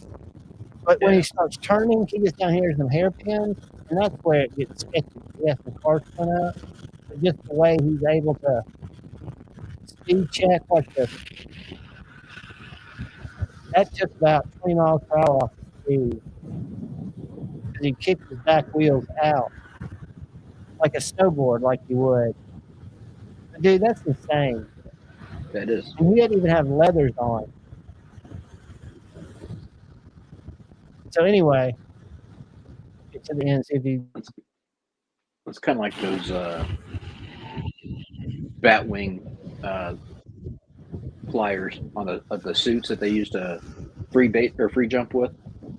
Oh yeah. Hey man, there are some brutal videos on YouTube about those free jumpers. Yeah. You know, those free jumpers, I didn't realize how risky that was. Those guys that do the wing suits. Yeah, that's what I'm talking about. The bat suits or whatever they call them. Those things, I mean, they're doing crazy numbers and they're flying right in the middle of trees and stuff. Yeah, this dude right here, we'll mute him because he goes, his GoPro takes him into a tree, but he does survive it. So there's that. Or it wouldn't be on here. So let's look at wingsuits. If skateboarding doesn't give you the adrenaline that you're looking for, jump off a mountain. But be careful when you turn. So I guess he's got a camera on a stick in front of him. He's also got a GoPro on his helmet. And dude, these are like flying squirrels at this point. Yeah. And you're absolutely downdrafts. If you don't think there are major breezes and gusts in those hills. I mean, those guys are wide open though. Look at him going through the trees. He's getting cocky. Getting cocky.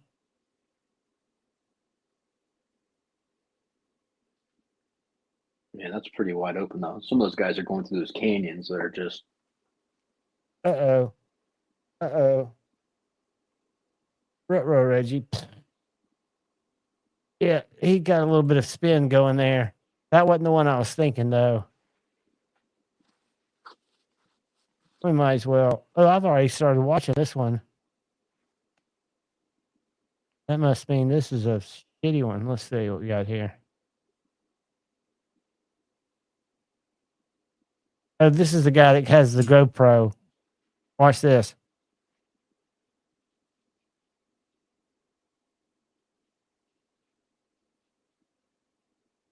So he's in this valley. It's Whoops. gonna leave a mark.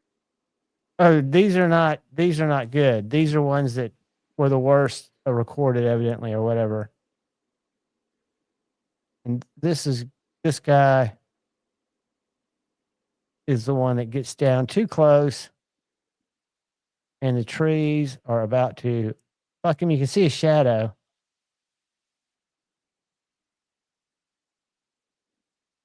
But right here, I guess a breeze got him because he needed to pull up.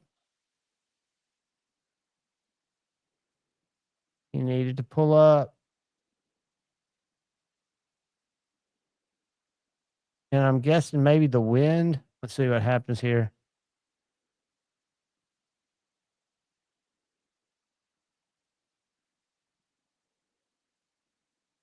$90 miles per hour.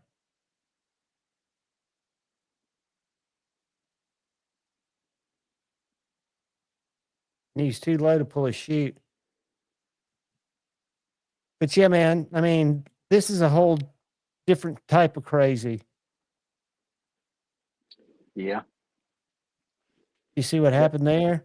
He's gonna have a death wish. That dude just hit the wall. But I mean, it looks like it'd be exhilarating. I mean, it looked like it'd be, I would never do that. Those people that go through those holes. Yeah. But anyway, that's our action for tonight.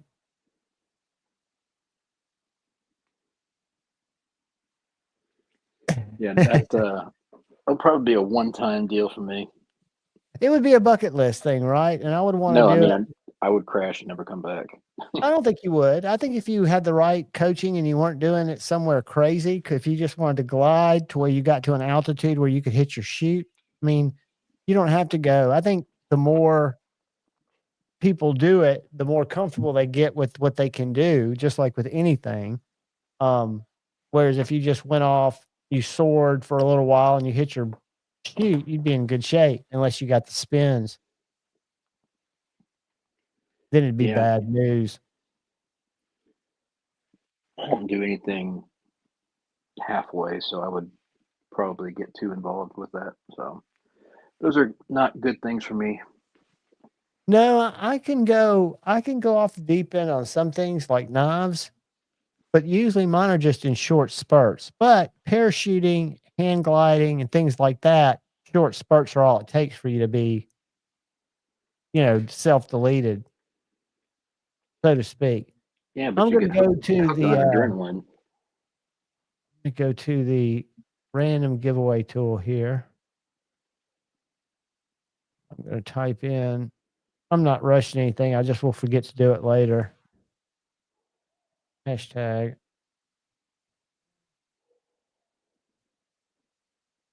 So, guys, if you get a chance while you're hanging out, go over in the chat where you're sitting and put in hashtag Mora. And then somebody will get a Mora shipped to them tomorrow. And if you're like me, you can almost cut yourself with it.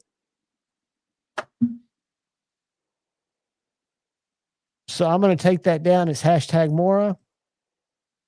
So Kyle, my tips are getting better, and I'm not rolling my tips at all. It's just seems like it's a process that, do you always spend more time at the tip? I mean, how would I minimize if you don't? How would I keep it where my strokes are not needing to change for me to keep it the same, if that makes sense? Because my heels and my tips take more time. Yeah, that's going to be the case with the majority of knives based on how they're ground. It's just part of the process. You got to spend the time to get your bevel flat and your grip pattern all the way from the top of the bevel to the bottom. But you can't just sit there and do it all in one spot. Otherwise, you will get those waves and it'll be uneven. So again, the tips and heels, you can spend some more time there, with some more, dedicated passes. But then you got to go back and blend before you just keep going Right. on and on. So, yeah, but And, those spots will take longer typically than anything else. So, and the blending has definitely been the key, I think, for me at least. But I'm using my jeweler's loop, which I can get a really good view of my grip pattern. yeah, But I'm wondering, because I'm such a fool for marketing, do you find that little electronic one is yeah. better? No, that thing's stupid. We talked about that. You're talking about The one the one that defines goes the on your angle. iPhone that looks like a little tube? No, the little tube that looks at your I'm talking jeweler Oh. my little jeweler's loop is like your little cheap jeweler's loop that has the light that you flip out, but then you also have your little tube You're talking about a digital that you microscope Yeah, yeah. like that. Yes, sir. They How work. much better is that for seeing your grip pattern than your jeweler's loop, or is It it? that's more for up close work. Um, that's if you're trying to determine like the very smallest parts of your edge. You're seeing the grip pattern, but you're seeing all the way down to I wouldn't say microstructure, but you're seeing down to the actual peaks and valleys of your grip patterns. So So, would it be worthy? I mean, would it help somebody like me who's trying to keep those bevels even, or would I be just as good doing what I'm doing now using you, my loop instead? you can be just as good with the loop. I got that for shits and giggles just to test and mess around with. I rarely ever used it. So for the money, I don't see a need in it. But I mean, if you want to spend the money to goof around with it, they're cool. They're fun, but it's not a necessity by any means. And I've got a question for you about the BFKN or K, the big FCK that you sharpened for Stevie. Yep. Did you do that by hand, or were you able to use your system on that? No, I was able to use the system for that. Really? So, what's that blade? About 9 inches, A little less. I think it's about 8. 8. So you just centered it up and went to town on it, because it comes to you without an edge, if I'm not mistaken, right? Yeah.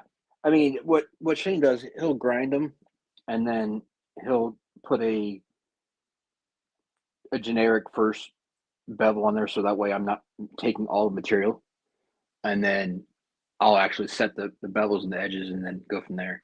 But it was a dream to work on. I mean, it was some of Brian's crew wear, Yeah, and dude. it sharpened up great. I've got a little project working with him, and I think y'all's system. I don't know if you'll be able to continue to sharpen for him, but I think that's just awesome. Yeah, I mean that's the plan as of right now for people. I mean, if he's doing local stuff, then I'm not going to do it because that doesn't make sense logistically. But if he's Richard, sending, thank you, buddy. I've it got a out to little loop. someone, I'm sorry, bud. What? no, I was gonna say, but if he's sending it out to a customer, then it makes more sense. Um, so I mean, he's trying to add value, and that would be one way to set himself apart from somebody else. So Sure, sure. And I mean, I think he's doing it with a lot of ways. I mean, I think just using the steels that he's using, the heat treat that he's using, um, his heat treat now that I'm convinced probably harder on himself than others are. And isn't he testing it too? yeah, he's doing killer with his heat treats, right? And I mean, it's good to have the top three or three of the top guys that are heat treaters for custom stuff helping you out. I mean, he's got Brian, Steve, and Alex all helping him with that. So I mean, he's well ahead of the game when it comes to that. So That's a good point, Ron. and he's getting absolute phenomenal results so far. So I'm very proud and very excited to see where things go. Ron makes a good point about where your digital might come in handy if you're taking a picture before and after. Yeah, I mean, if you want to Edgy, we get were down just to talking about your knife, buddy. Your yeah, if you want to get BF down to the nitty gritty, yeah. CK. Yeah, I just think I'm a fool for trying to get better with things that are not just my skill set. Like if I can find a tool that makes it easier, I'm all for it. Good to see you, Shane. Shane, What up, buddy? Shane, that knife is freaking awesome, dude. That knife of Stevie's, the BF CK. Dude, I'm telling you, it is a honking, big, heavy, badass piece of crewware, and it is extremely comfortable too. Oh, it It, fe- looks it. it felt great in hand. It looks like you could swing it very nicely. Everybody throw hashtag more in there if you're just new coming in and get you a carbon fiber or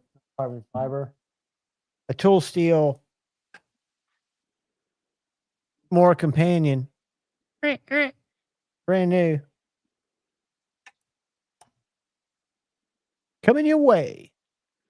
Paul, it depends on what, again, the use case for it is. If you're looking for edge retention, then K390. If you're looking for toughness, then I would go crewware. I like both the steels phenomenally though. I mean, they're hard to argue. So Y'all get those hashtag wars in there. Hashtag Moras. So what have you been up to, Kyle? Have you been staying busy all week? Sharpening knives? yeah, it's been a reasonably No, decent Michael, I week. wish it was. It's not the short, stubby one. We were just looking at that one, though. This Yeah, is the companion. it's been a solid week.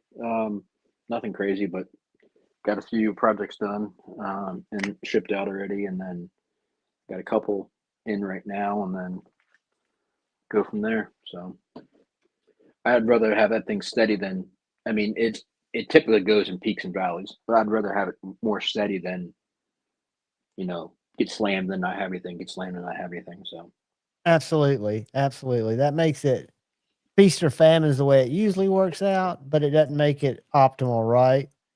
yeah, Wondering what you're going to do versus how am I going to get it done when if it just balanced out. yeah. But I mean, again, that's part of the process. Can't force people when they don't want something. So Everybody get your Moras in there. Get your Moras in there. As I sip on my Starbucks double shot. So, I'm hopefully, I talked to you earlier, Joanne, about that. I'm hopefully going to get some, I can't promise it, but I'm hopefully going to get some small items from my contact to add to some of your giveaways. So, Dude, that would be awesome. I'd love to just sharpen more and promote their stuff. I need to do that's something that I don't have a great place to set up my TS Prof and do. I guess I have to be more of an editor to do a good sharpening video where I go through the stones, unless I want it to be 30 minutes, which I guess it could be. But yeah, I need to do more sharpening videos. Even though I know people don't watch them, they get the lowest views, my upgrade, my disassemblies. But I know that they're also helpful when people are looking to take their shit apart, because I used to be looking for that, right? I would look for a video of somebody taking something apart before I took it apart and felt comfortable. A good example was the Ram Lock Microtech. I watched a video on it first, and it was a easy skiff upgrade. yeah, Richard, that is awesome, buddy. depending upon how things go, we can talk about that because I have some ideas in the works. So, but Well, I'm glad to know that everything's going good for them, because I do think they have the best systems that I've seen. Now, I've never tried a lot of the others, but I've seen them used. And like I say, my Blitz, which started out as the basic Blitz, like a basic bitch, until I added a few upgrades, like the little things that made it a Blitz 360. And I've loved that system. there's actually a new one coming out too. It hasn't hit the state yet. It's still overseas. They obviously have first priorities typically for stuff. My only regret, and it's not a blitz regret, it's that I had the work sharp first and I bought the stone holder. And so it could only hold 4-inch stones, the first one that came out. So I was buying my Venetives. I bought 150, no, more than that. I bought a considerable amount of Venetive Scorpions, and then I bought a little Atomi 4-inch. So when I got my blitz, I set it up for my 4-inch stones instead of buying 6-inch stones. Hindsight being 2020, now that it's kind of locked up on me, I still need to get some Windex. I wish I'd gotten 6-inch stones because I think it makes the process smoother. Yeah, 6 Isn't inches. that right? It's just you got more surface area to cover, and it's easier for that. And your stones probably last longer. Yeah, that's true. I could do vertical while I'm sharpening. I'm just trying to think. I could have my phone. I don't know. See, here's the trick. So when I do my top down screen, it is kind of blurry, right? Because I've just got my phone in a clamp. If I just did a vertical live, I don't know where I would see. Maybe I'd have to open up my laptop just to see the checks. That's what you're doing, right? Kyle, don't you just have yours doing a vertical live? Well, currently I just have my phone's on an overhead clamp, and then I've got off to the side. I got you can see on the camera my iPad. So it's giving you your comments. Yeah, I just have YouTube pulled up on there so I can see the comments and the actual stream, so I can see what I'm doing. But I had that delay, so. Shane, I've been praying for you, buddy. I know that's taking up a lot of your time, and that's where your time needs to be spent, dude. Yeah, no reason to be sorry for that, buddy. That got to take care of the most important things. Never apologize for that.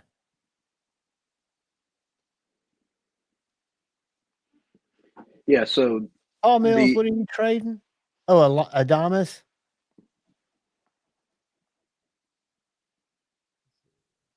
All trading. Paul's always wheeling and dealing. Yeah, he and I trade a lot, and I know I got a knife he's kind of wanting. Paul, I always forget. I'm gonna hit you up right now. This is not to get you to trade. This is just to remind you, if you're interested, that I have got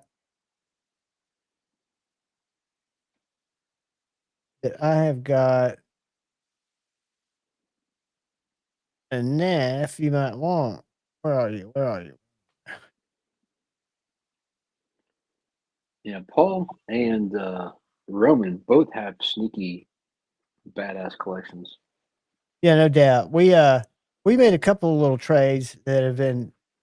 Faisal Mohammed Rayad just sent me an email. How much you want to bet he wants me to try out something? Well, I guess it depends on what he wants you to try out. It's never anything good.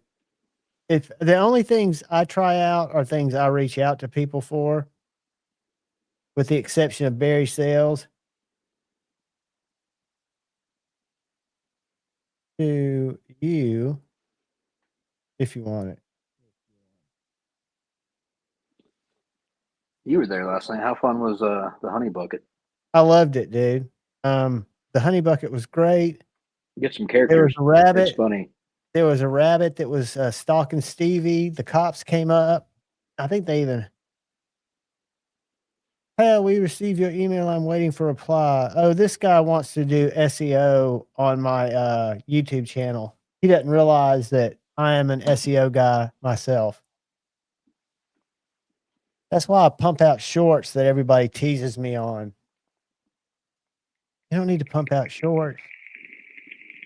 They take me 15 minutes a day to do 9 shorts, 15 seconds.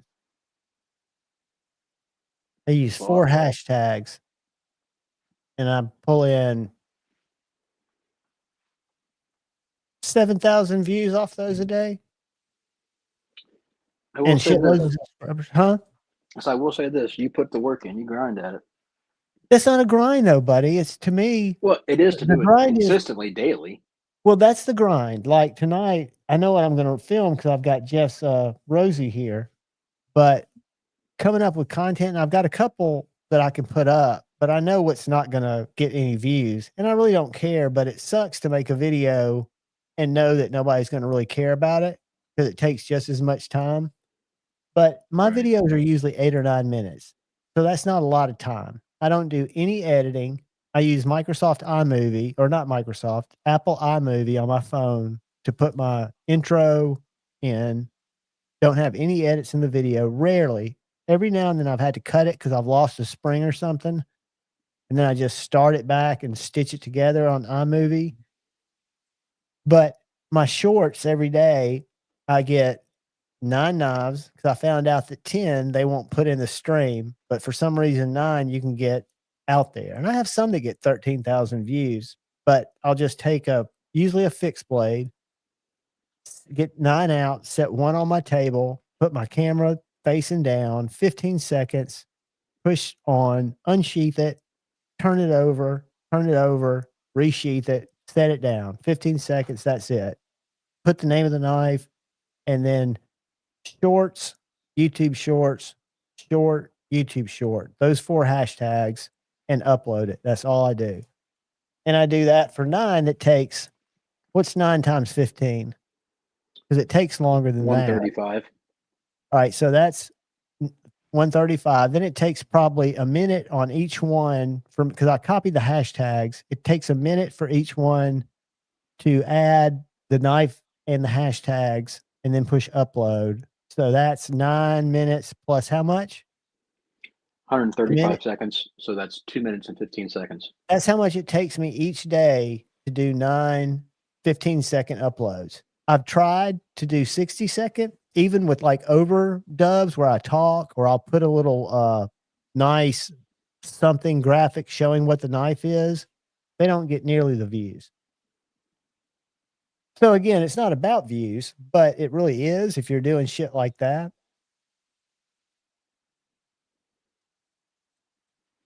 Gotcha. So that's why I play the short game. It comes from my days as a SEO guy, but I have people reach out, and I wonder how many people buy into it because their services aren't very much, but their services guarantee you. And anytime a digital marketer uses the word guarantee, my red flag goes up because I know they're now in the red hat world, which means they're not doing things legitimately. For example, they go, we can guarantee you 100% increase in your views. That's because they're It's buying very views easy at that for point. them what? That's because they're buying views at that point. It's very easy for them, exactly right, and they can be legitimate human views, but it's very easy for them to say, okay, for $5, we can boost your post and get you 100% more views. And if you're getting a couple hundred views, you can get up there really quick. And what people realize or don't is when your YouTube video is released, the trick is find the best time of the day to release it. Because when people watch it, the first 45 minutes dictates how many people are going to see it after that. Yeah, you get that early engagement. Right. So what they're saying is the first thing they do is they show your subscribers your video, and the percentage of them that click on it and watch it dictate if they then push it out to more people. And it's random. Fixed blades get a ton more views than folders. It's always been like that. I don't get it, but I don't complain with it. I just try to come up with more fixed blade content. But there's no real rhyme or reason, but there is, because there are creators out there that consistently on every single video get thousands of views. And they're doing something right, either in their thumbnails or in their tags or in when they release it. I got a question to answer, Javon, when you're done. Go ahead. So Pizza asked about a knife to sharpen that won't get What was the exact question? Oh, that won't Look get weird weird after looking. you sharpened a bunch of times. Yeah, I'll tell you this. This is probably the best bet, and you don't have to worry about it get it weird looking because it's fucking cheap. Excuse my language. But this little guy from just off of Amazon, I've never even used it, it's brand new, is Mercer Cutlery. It's 14C. Hold on, let me pull it up so we can just look at it after you show it. Mercer It's like, Cutlery, yeah, it's like $14 or $17. And bread knife. it is, let me see what the actual name on it is. The label on it is covering the front. You got a number? That's what I'm trying to get to. An M. M18110. Mercer M8110. Boom. There's a 2.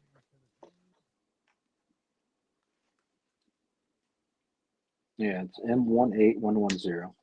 Anyways, just the point is it's a cheap 14C kitchen knife that's got a lot, decent amount of life to practice on, and if you screw it up, who cares? You can throw it away. Is it 8 inches? Probably. All right, I think this is it. It's like a $13 knife. Yeah, that's about right. It's just a cheap plastic white handle. That's it right there, right?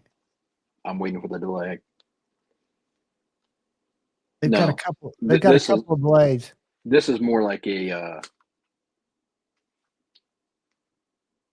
I don't want to say the they got a curved boning. Go back to the one you just had on there. Nope. The boning. Nope. There are a bunch of other ones. No, this is more like a traditional chef knife. It's more like a. I was gonna say I don't want to say the Japanese name because I get it wrong.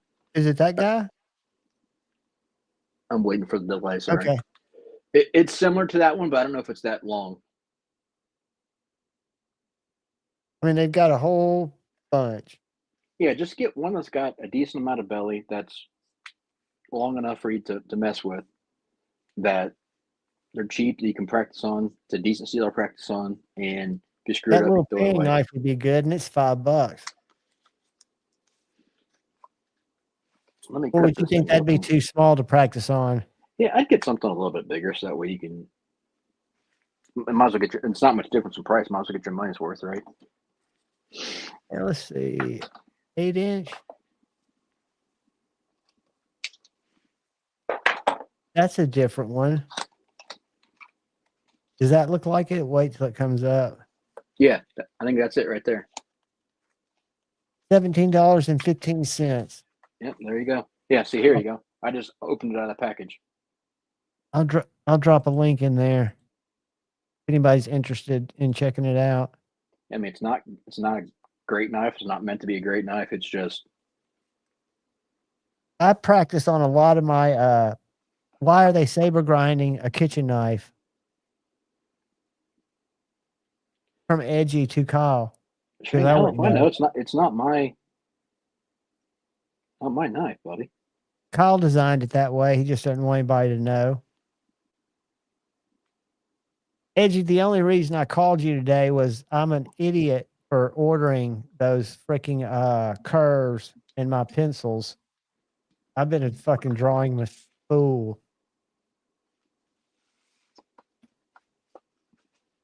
I'm starting to design buildings. Oh yeah, micro houses. If I can get a couple of containers that I can put together, like 4, I'll be ready to go. At your size, one container would be good. What's that? I said at your size, one container would be good. Yeah, one container would be fine, but if I want my studio and everything else, I need it to be 4. Offset them, have 2 at the bottom, and then 2 coming together at the top. Have you seen some of those tiny container houses? Yeah. I think they're pretty cool. I don't know how, whatever, but I'd be down to live in a micro house too, Mad Yako.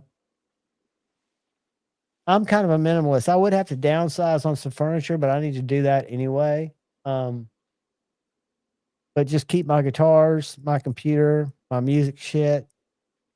Like space. Yeah, space is good. I don't have a problem with space, but I would like to simplify my living.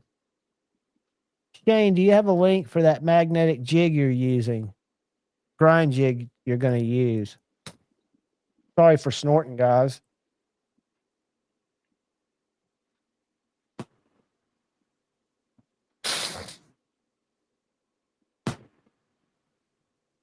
The hell's that noise?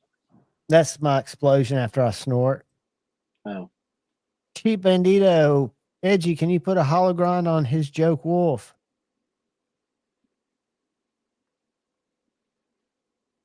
We got questions just banging up again. French curves are very handy, Edgy. Look at But Shane getting artistic. Yeah, he's the one that suggested I look at him for my design work. So I went on Amazon, being the marketing freak I am, and got some cool 2mm pencils, a little pencil sharpener, some super dark lead, and I'm just fucking drawing shit. I'll be living in a crate by the end of the second quarter. I'll probably just set it up in my front yard till my landlord says, "Hey man, what's wrong?" I'm like, "Look, I'm not paying rent anymore because I'm not living there, but you're still on the property." So squatters' rights. Trying to get squatters rights. Yeah. You're in Yeah, the I've wrong researched state for that that. shit. I'm not in there. You're in the wrong Sorry, state for that, this is buddy. a fixture. Tito, they're all already hologround, sir. Sweet. Hologrind his skills then, Shane.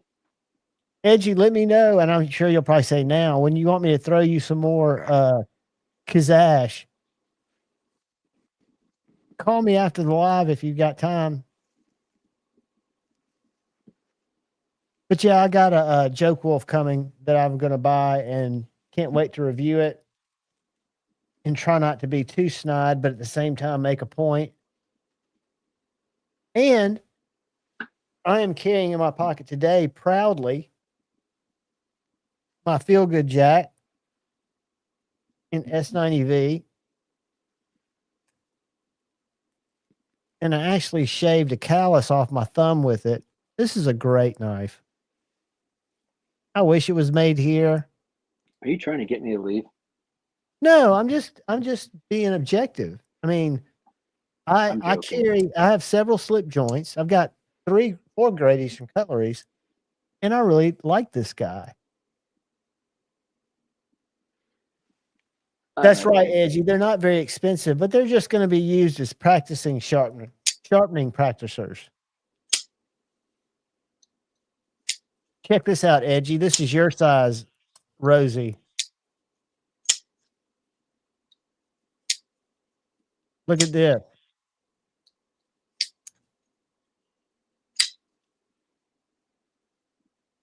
This is such a great knife that never got attention and never got any. What is that? Is that a? That's a Brian Brown. Which one though?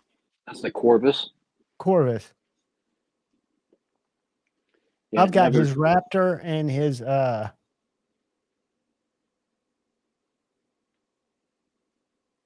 Yeah, me neither, Edgy. And I've heard not great things, especially with blade wrap and stuff like that, which you wouldn't think would happen on a harder steel, but I don't know. Yeah, I've got the Jaeger and I've got the Corvus. I don't have the Raptor. I was going to get the Raptor, but I'm kind of glad I did in hindsight. Guys, I'm telling you, this Rosie XL, that's a regular Rosie in my hand right there. That's the XL in my hand. So if I was going to measure it, which I can, the XL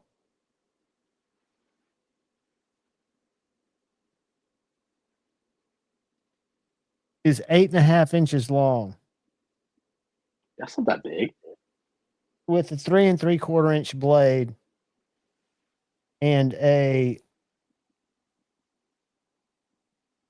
I guess you call that 4 5/8. If it's between 4 3/4. That's barely bigger than your Eclipse. Eclipse. Isn't your Eclipse a 3.5? My Eclipse. I'm trying to think which one's my Eclipse. Your Hinderer. Oh, yeah. Let's break it out because I haven't even thought about that.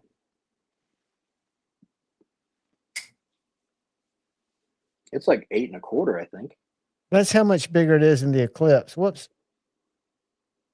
But is yours the 3 or 3.5? This is a 3.5. Okay, so it's what? Right about the same size.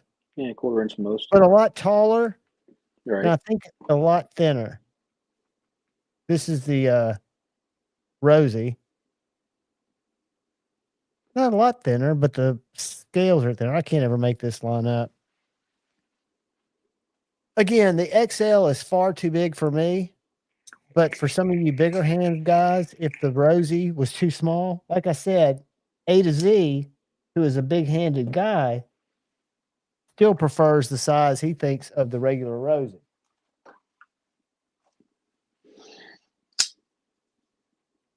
But the XL is a special edition from the Maker Syndicate. I forget what the blade steel is, but I want to say it's. Does anybody know how to tell an Oz blade steel? Isn't it like when it's partly closed, it's on the Ricasso? 20 CV. So this one's 20 CV, the XL. And the little one, Magna Cut. Yep, you're exactly right. That's where it is. Yeah, I thought so. All right, guys, I'm going to throw up the giveaway link, and then I'm going to pull it. We only got 30 people in it and 62 people in here. See, that Eclipse 3.5, that's like the perfect size for me. I love this knife, and mine's flipperless. Mine came flipperless. I've got a 3.5. Do you not like the XM18? I like the Eclipse better than the XM18.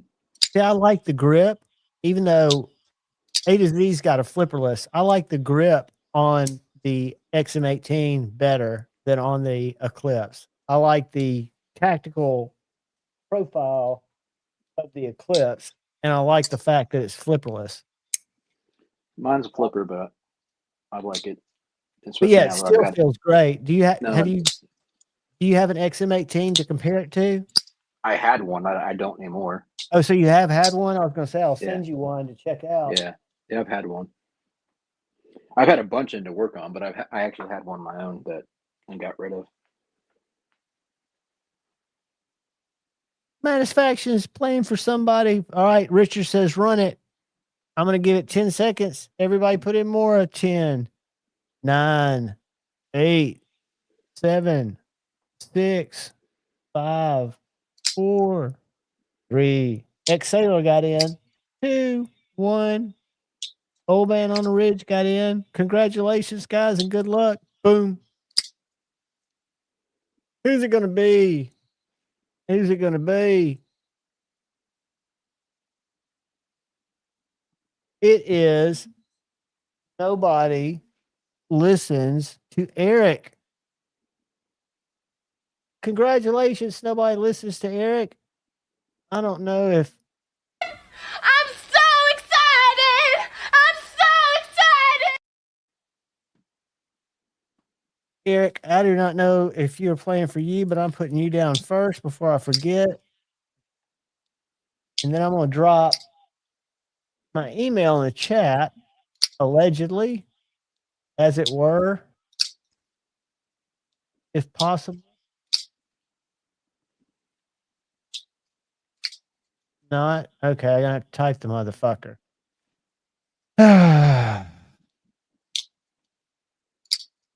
Bonds, knife, flicks at gmail.com. So, shoot an email. Let's Eric.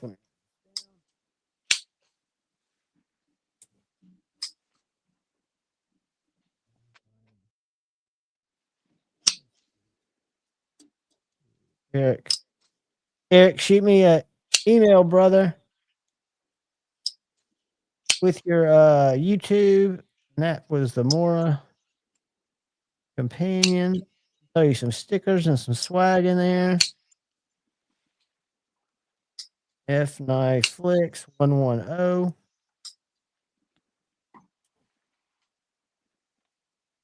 Ron, I have not received them yet. I'm sure they'll come the next day or so. And I put my order in, so I will be getting mine next week. I know I'll get my ones from Sticker Mule next week, but I think I get my other ones next week too. And I'll send you out some as well. But I'll let you know. I'll shoot you a IM or an email when I get them. But I have not gotten them yet. Not as of today. That was what that was from, Bama Ninja. It was caffeine pills. That's what she got. That's what she got all jacked up on. She was studying for a play, and the rest is history. I'm so excited! I'm so excited! And then she starts crying, and he says, "You got to quit taking these caffeine pills." And she goes, "I've got to get ready for the play." And he's like, "This bitch is crazy."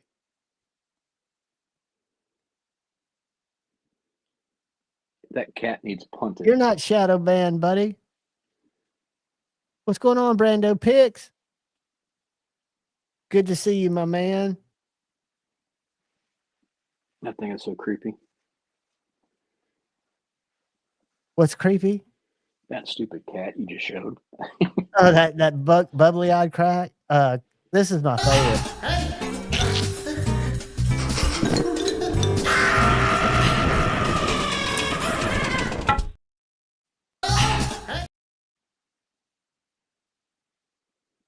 I thought that was pretty good. But nobody liked my crispy velvet. And nobody likes my Milky the Cow commercial either. I'm not sure anyone likes any of them. No, but that's the point. The point is kind of shocking. The point's kind of shock and awe, right? That's why I downloaded this one.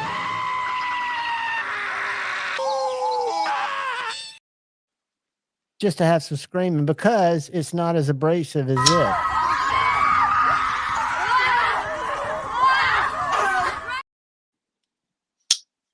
And everybody's got to have a little rage. Just a little. What are you flicking? That sounds substantial. This is that freaking knockoff Arius, the Kubi. Ah, the Kubi Titius, right? Yeah. This thing is for a inexpensive, cheap Chinese knife. It's solidly built. It's a great knife. Let me show you something that I almost bought, but I don't have the cash. Maybe not. Right here. Y'all remember the Hobeck Sumo? Yep.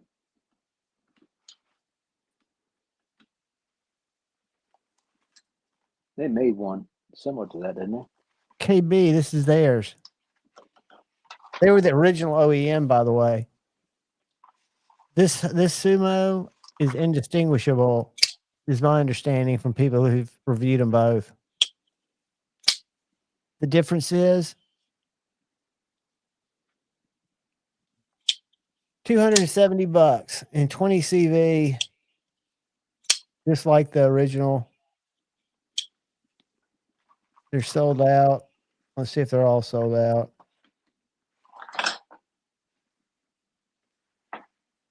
Yeah.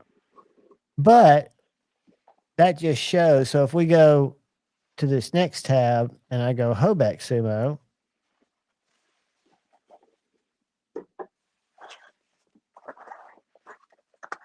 go to Blade HQ. They had them on sale for $475 when the shit hit the fan, right? Blade steel.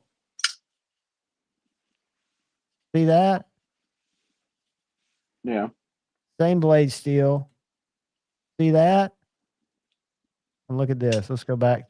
Are y'all? Let me make sure y'all are changing with me. No, you're not. Okay, so hold on.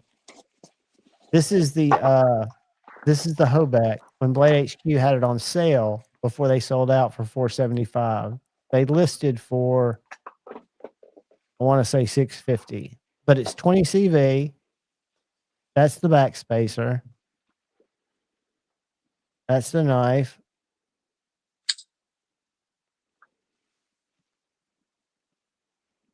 Clip and the pivots slightly different. Now I'm gonna stop sharing, and I'm gonna share the Kubi for $270.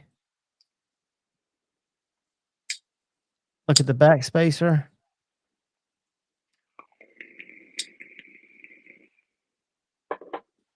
Look at the T8 and the stop pin. Here, let's go to the one that they had there. Look at the clip. Fucking identical, man. See that little groove in the back spacer? Stop sharing.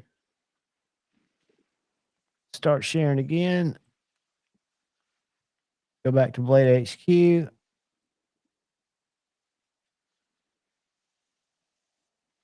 Whoops. I thought that was going to zoom for me. See the little doodad? Yeah. I mean, dude, they're identical. But if anybody wanted one, they're going to be more coming out. My point is, to that whole deal is Kubi has nice knives like the one you've got in your hand, right? But they've also got the KB. So they've taken their nicer knives and they branded them as KBs, like the Codius, which was a great budget knife. Yeah. They've now got out in this premium. Oh, I'm not sharing. Hold on, damn it. I know what you're talking about, though. Yeah, so there's a website. I like going to it. It's KB Knives. But they've got a lot of those knives that were really popular knives for them in premium materials. Hold on. There's some more Hobecks on here too. Page 2.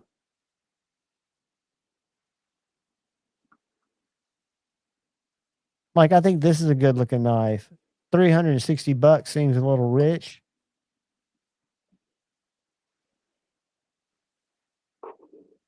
$20 CV designer Utalator, whatever that is.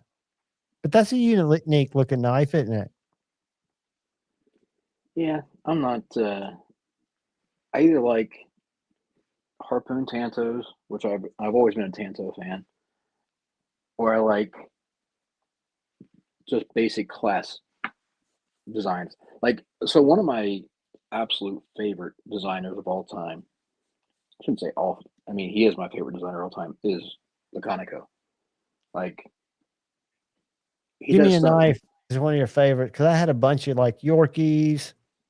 Yeah, it was one of his. This is one of his. This is the Rosalinda.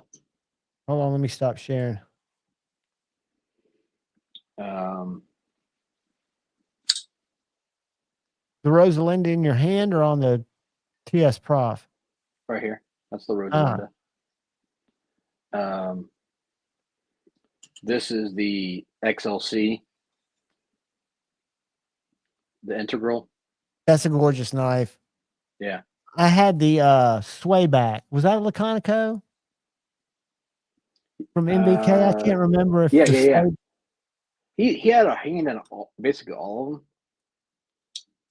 but the Sanford, except for Sanford, just has done a couple of the newer ones, but all the traditional or standard ones, he was the original designer of. But yeah, like I'm just a huge Laconico fan. Oh, edgy, interesting. What? He says, luckily, I'll never like the Sumo, but I do like his USA made fixies, but I'd never support him. I'd never support him either, because I think he basically lied and was a coward coming out of it. And they usually say if you make a apology video, you better plan it right or it's going to be picked apart and you're going to wish you never made it. Yeah. He had some decent fixed blades, but again, I agree with Shane. I'm not going to support Satisfaction, I anything. guarantee you there's going to be a Kubi Summit very, very soon.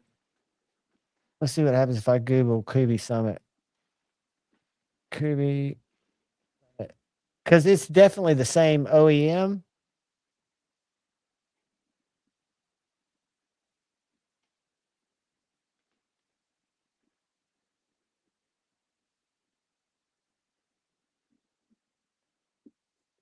I know the Kubi Summit and the Sumo were made by the same people.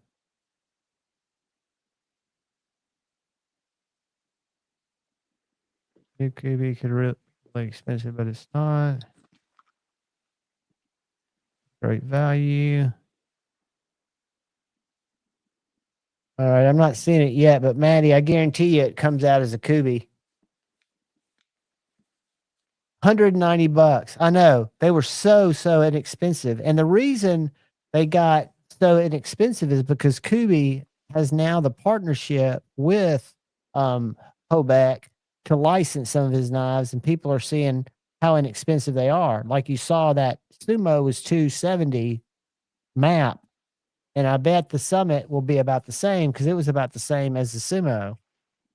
But yeah, not a good thing for sure.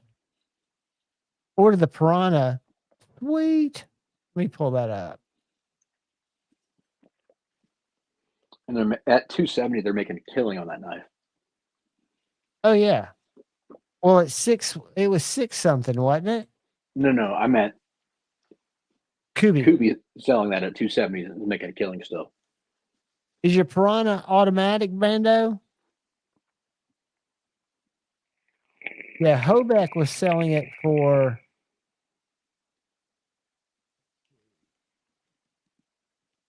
back. See if I can find one that's like Knife Center, DLT Trading might show the retail price. All right, so the Summits on DLT were $625 and they sold for $156. And the Sumos were $550 and they sold for $137.50. His Shepherd fixed blade was $265 and sold for $66. So if you don't think your stock's gone down, but these knives, Maddie, they were $125. Nope, they weren't even that. They were $75 difference. So I guarantee you, if you give it just a little time, this Summit is the same exact construction as the Sumo. It's just bigger. Shane, that's correct. The OEM is probably the 120, but they're still making money at that price. So 70 is probably closer.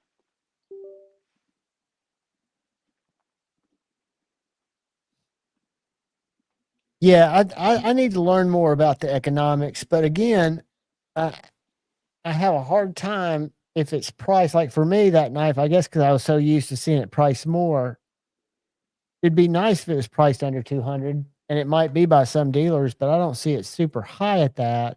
And I don't have a problem with somebody making cash. Okay, I'd rather it not be Chinese.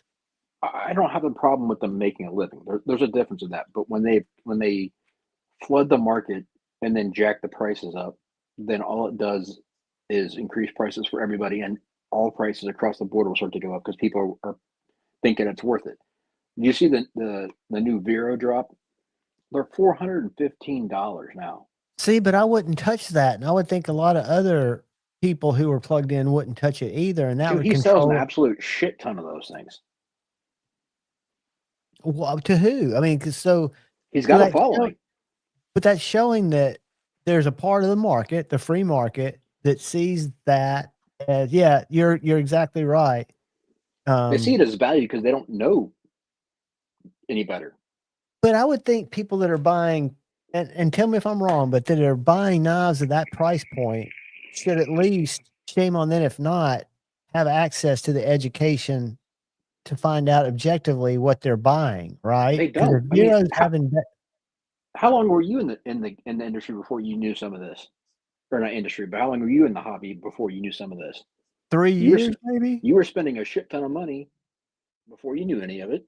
Right, right. And see, the weird thing is, if I had 270, I would probably buy a Sumo, knowing that it costs them much less to make that, just because I think to me, that knife in 20 CV, if it's 20 CV, which is another question altogether, is worth it to me.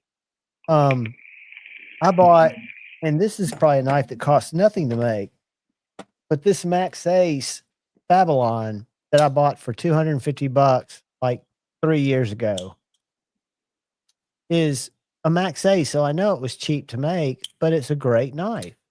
I've enjoyed it. I haven't sold it, haven't wanted to sell it.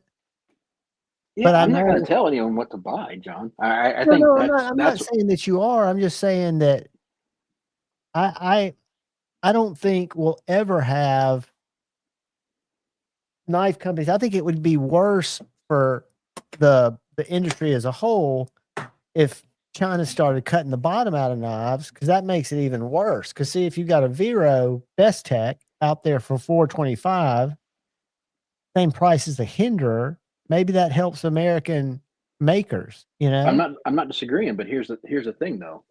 The difference between the cost to make that Hinder and the cost to make that Vero is drastically different. right, right. And I would And think that his fans, just like steel toe fans, I have to throw a steel toe reference in there every time, are going to become tired and wary of those antics, because they're going to see him, hopefully he's putting it back in the business, but they're going to realize that they're paying an exorbitant amount of money for a knife. Now, in fairness to him, I hear Best Tech has gone considerably higher in the last 6 months, where a lot of people are pulling their production away from them. well, here's the thing though, John, and I get it. I want everyone to buy what they want once they have the information. That's all I care about. But the difference between like a Hinder is they're actually paying to have that made here, and they're doing it with a lot higher rates, a lot higher tax rates. EPA. I'm not getting into the morals of it either. That's beside the point.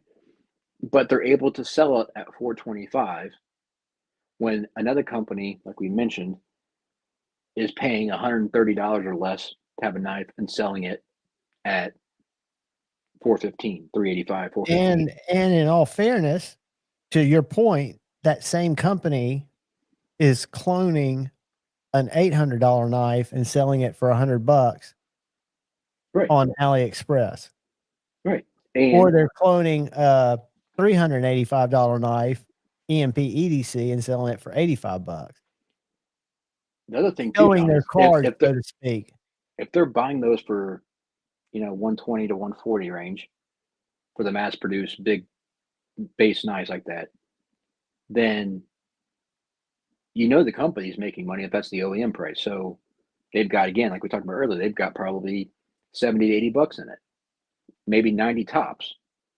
Right. But so that tells you what they can get machining for, what the upcharge on that is, versus here. There's no way you can make it for that here. Right. Because their skilled machine labor, I would think, is a fraction. And I would also think they have no EPA, no benefits, no insurance, no things that are tangible costs for anybody doing business in the States. Correct. That add to the price of their products. And that's not even getting really into the moral issues of it. Who's doing it and how long are they doing it for to crank out how much? Yeah, I mean, and the other thing we don't talk about either is edgy. I've heard a lot. Most Chinese companies started that way. The other thing we don't. Kyle, you were the one that told me that not Kubi, Kunwu was big into that. No, or somebody did.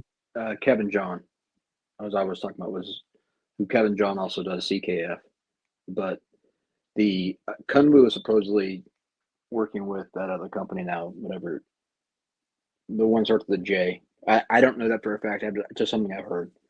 But what I was going to say is something we don't take into account too is if they get into scenarios where money's tight, they'll produce loss leaders to just undercut us. I mean, it has nothing to do with bottom dollar, because they still have everything. Every business over there is tied to the government.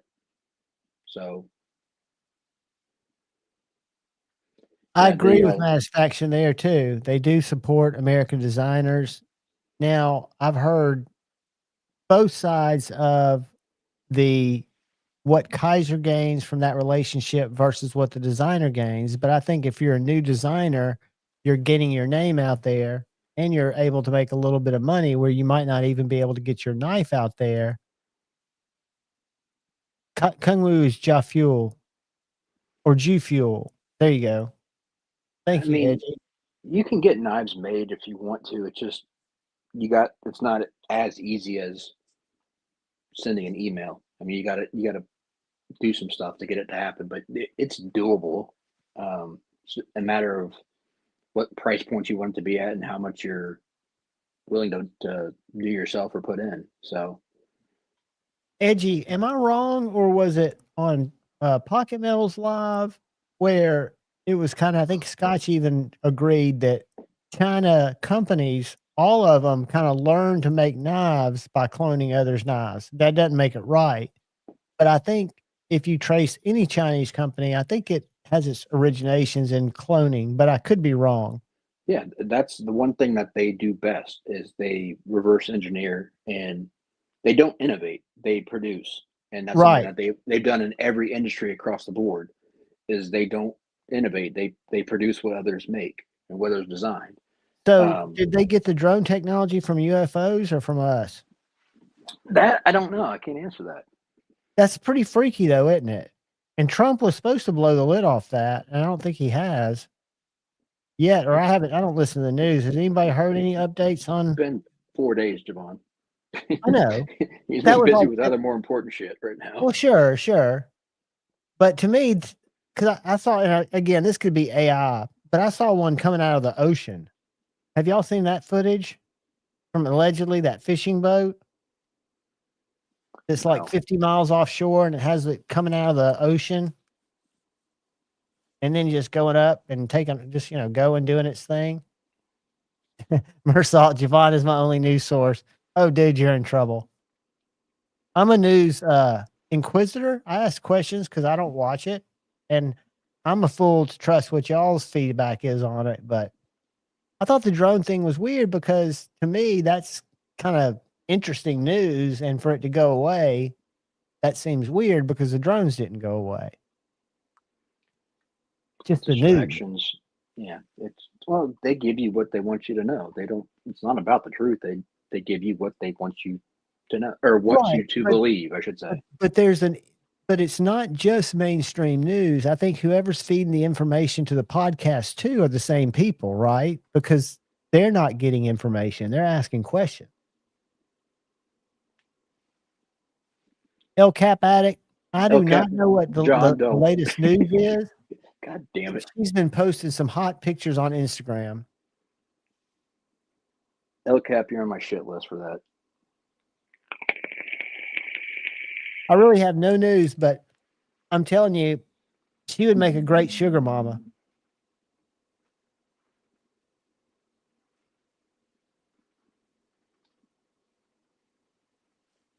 I believe there's a lot to be said for that, Bama Ninja. I think, what do they say? We know less about the ocean than we do about the immediate space. Oh, yeah. That's so scary. Satisfaction, really. I don't want to know anything about the darkness underneath the water. That's for sure. They can keep that themselves. No, let me tell you something. There's nothing good that I know of under the water, unless you're big into fishing. If you're big into fishing, maybe there's something good down there, but it's dark, it's creepy, and there's just too much shit that we don't know exists or doesn't exist. Yeah. And you always have a chance of being mistaken for food because you're not, even if you're an apex predator, when you're in the water, you are prey. Don't matter if you're black, if you're white, if you're Christian, if you're Muslim, or if you're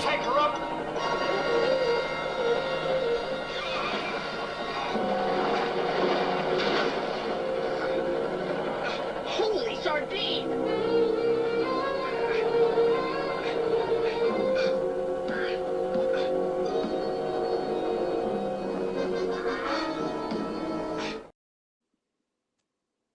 Batman didn't win that fight. I've got a general rule. If I can't see the water underneath me, like the bottom of it, I'm not getting in it. See, if it's got a tile bottom, I'll get in it. But I'm scared, like in the Gulf where I go a lot, or the Keys where it's really clear. To me, that's scarier because you can be underwater with a snorkel and then you can see a fucking sand shark or a bull shark just be within 8 feet of you, and screw that. Yeah, and Maddie, there are freshwater lakes allegedly under Antarctica. If y'all want to dive into some weird shit, Antarctica underwater lakes. They're freshwater too, by the way. I have And zero interest in going in water that I can't see because I want to know what's there. I don't want something just going by me and bumping me and I have no clue. No, but still, if you want to see it, but I don't want to be under there anyway. There's no reason, even if you're, I wouldn't want to be a diver. But see this right here?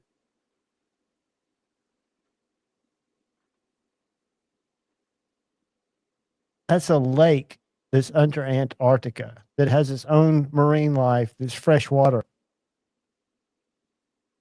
And there are also great white sharks or bull sharks in the Great Lakes. Did y'all know that? Yeah, I agree, Paul. Like I don't like regular water. I mean, if I'm going to get in water, it's going to be more likely a pool.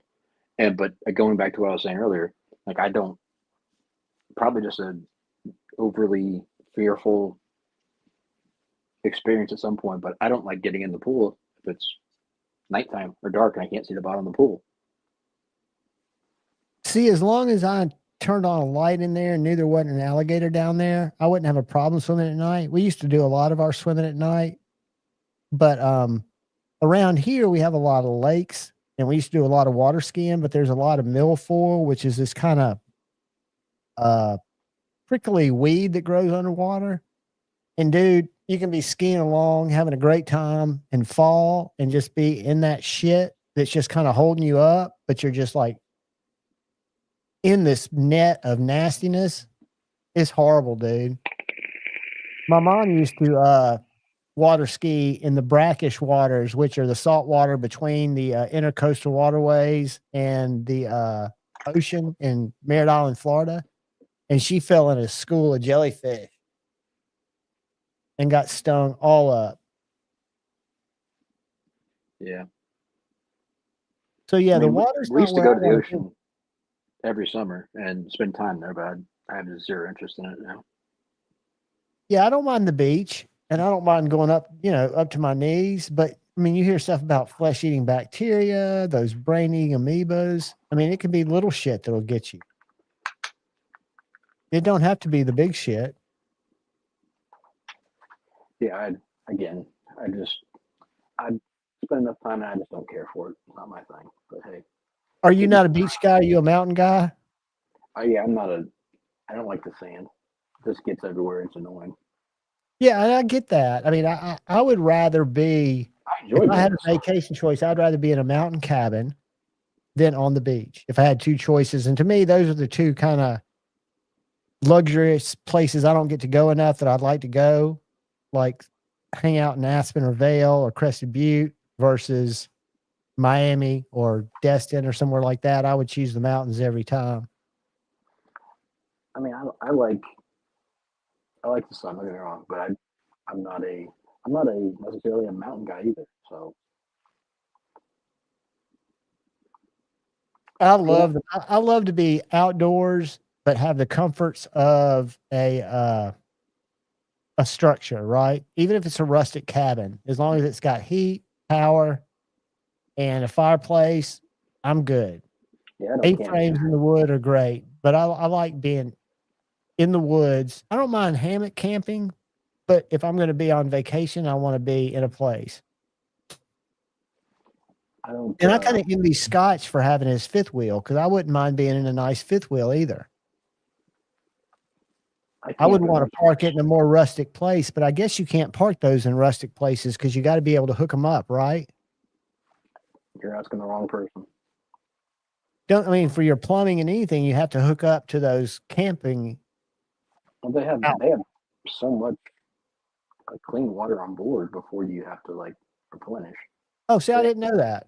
Yeah, they've got water tanks, whether it's dirty water or clean water, that where you can dump it, where you can store it. So you could go off road as long as it would pull it off road and just kind of hang out and have your little space there.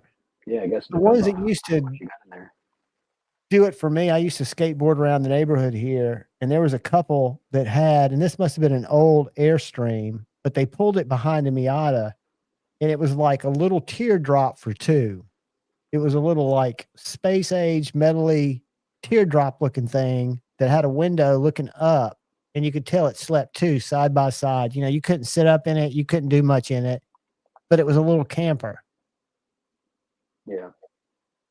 Almost like one of those toppers, but with wheels. Exactly. And then I don't know if you ever watched that Talon Sai guy. Have you ever seen him on YouTube? I used to follow him early on, then he got kind of weird. Dude, he's gotten some killer vehicles lately because he's big into that, I guess, off-road. I guess that's his gig. Yeah, he's buddies with Mike, the guy from LOD, who I like. But that's not him. Wait a minute. What's his name? Who? Talon Sai. Is he not on Instagram? I don't know who's on Instagram or not. Go to YouTube. YouTube. Where's? Because the latest vehicle, it looks like a major 4-wheel drive, but it's like a transformer, and it turns into a fucking killer camper. Here's his page. If you like Talon Sai, but more sane and more cool, check out LOD. Mike, he's a good dude. LOD?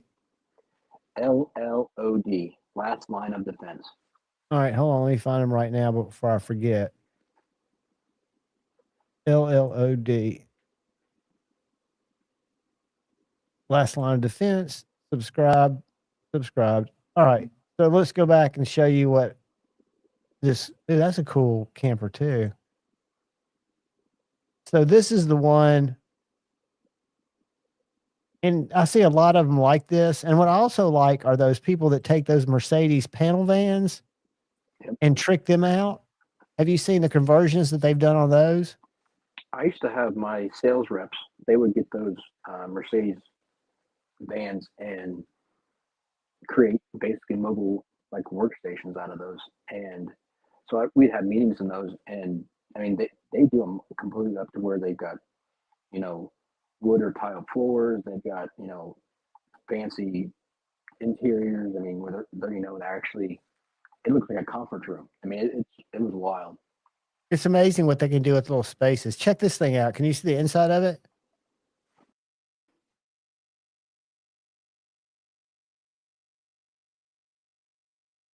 Anyway, the inside doesn't impress me as much. He's got all the amenities, your shower. And I will give him that. He does good videography. Where's the outside of the damn thing? Well, here's that. Go back this. Check that out.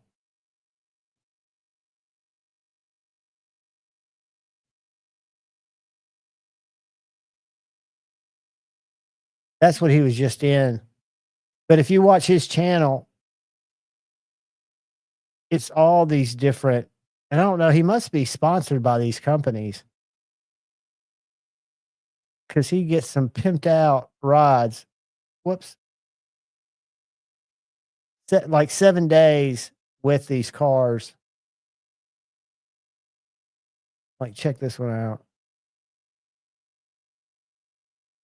And I've watched part of these because I'm fascinated by these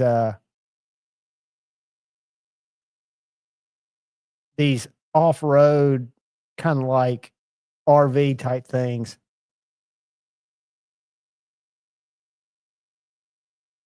Oh, show me the car.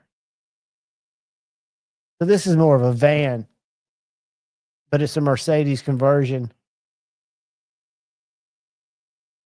Then he gets in there. Have I lost everybody?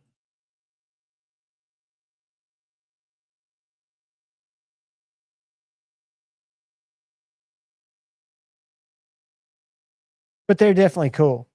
I'm a big fan.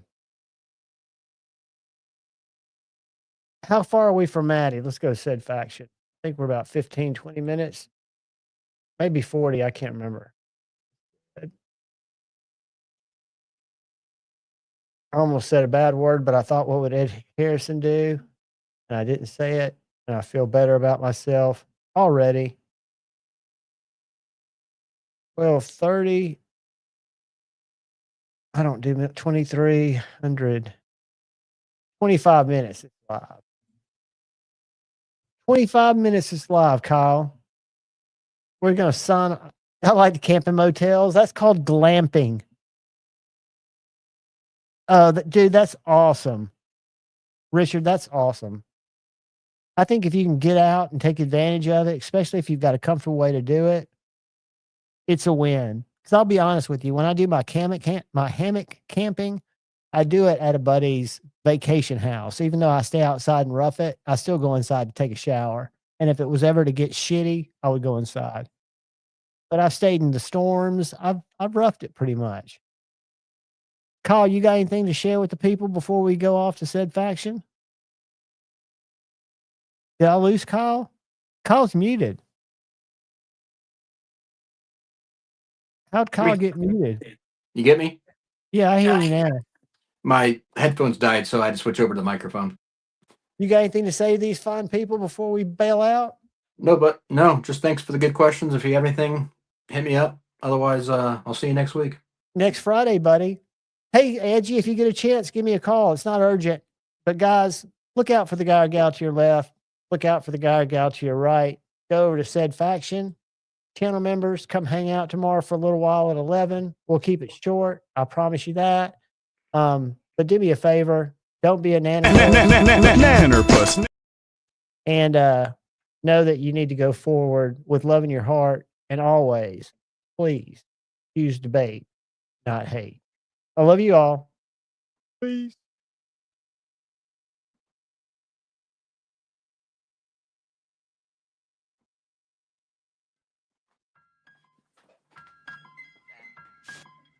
I'm back in my bag, yo. Conscious. ISO. Diamond.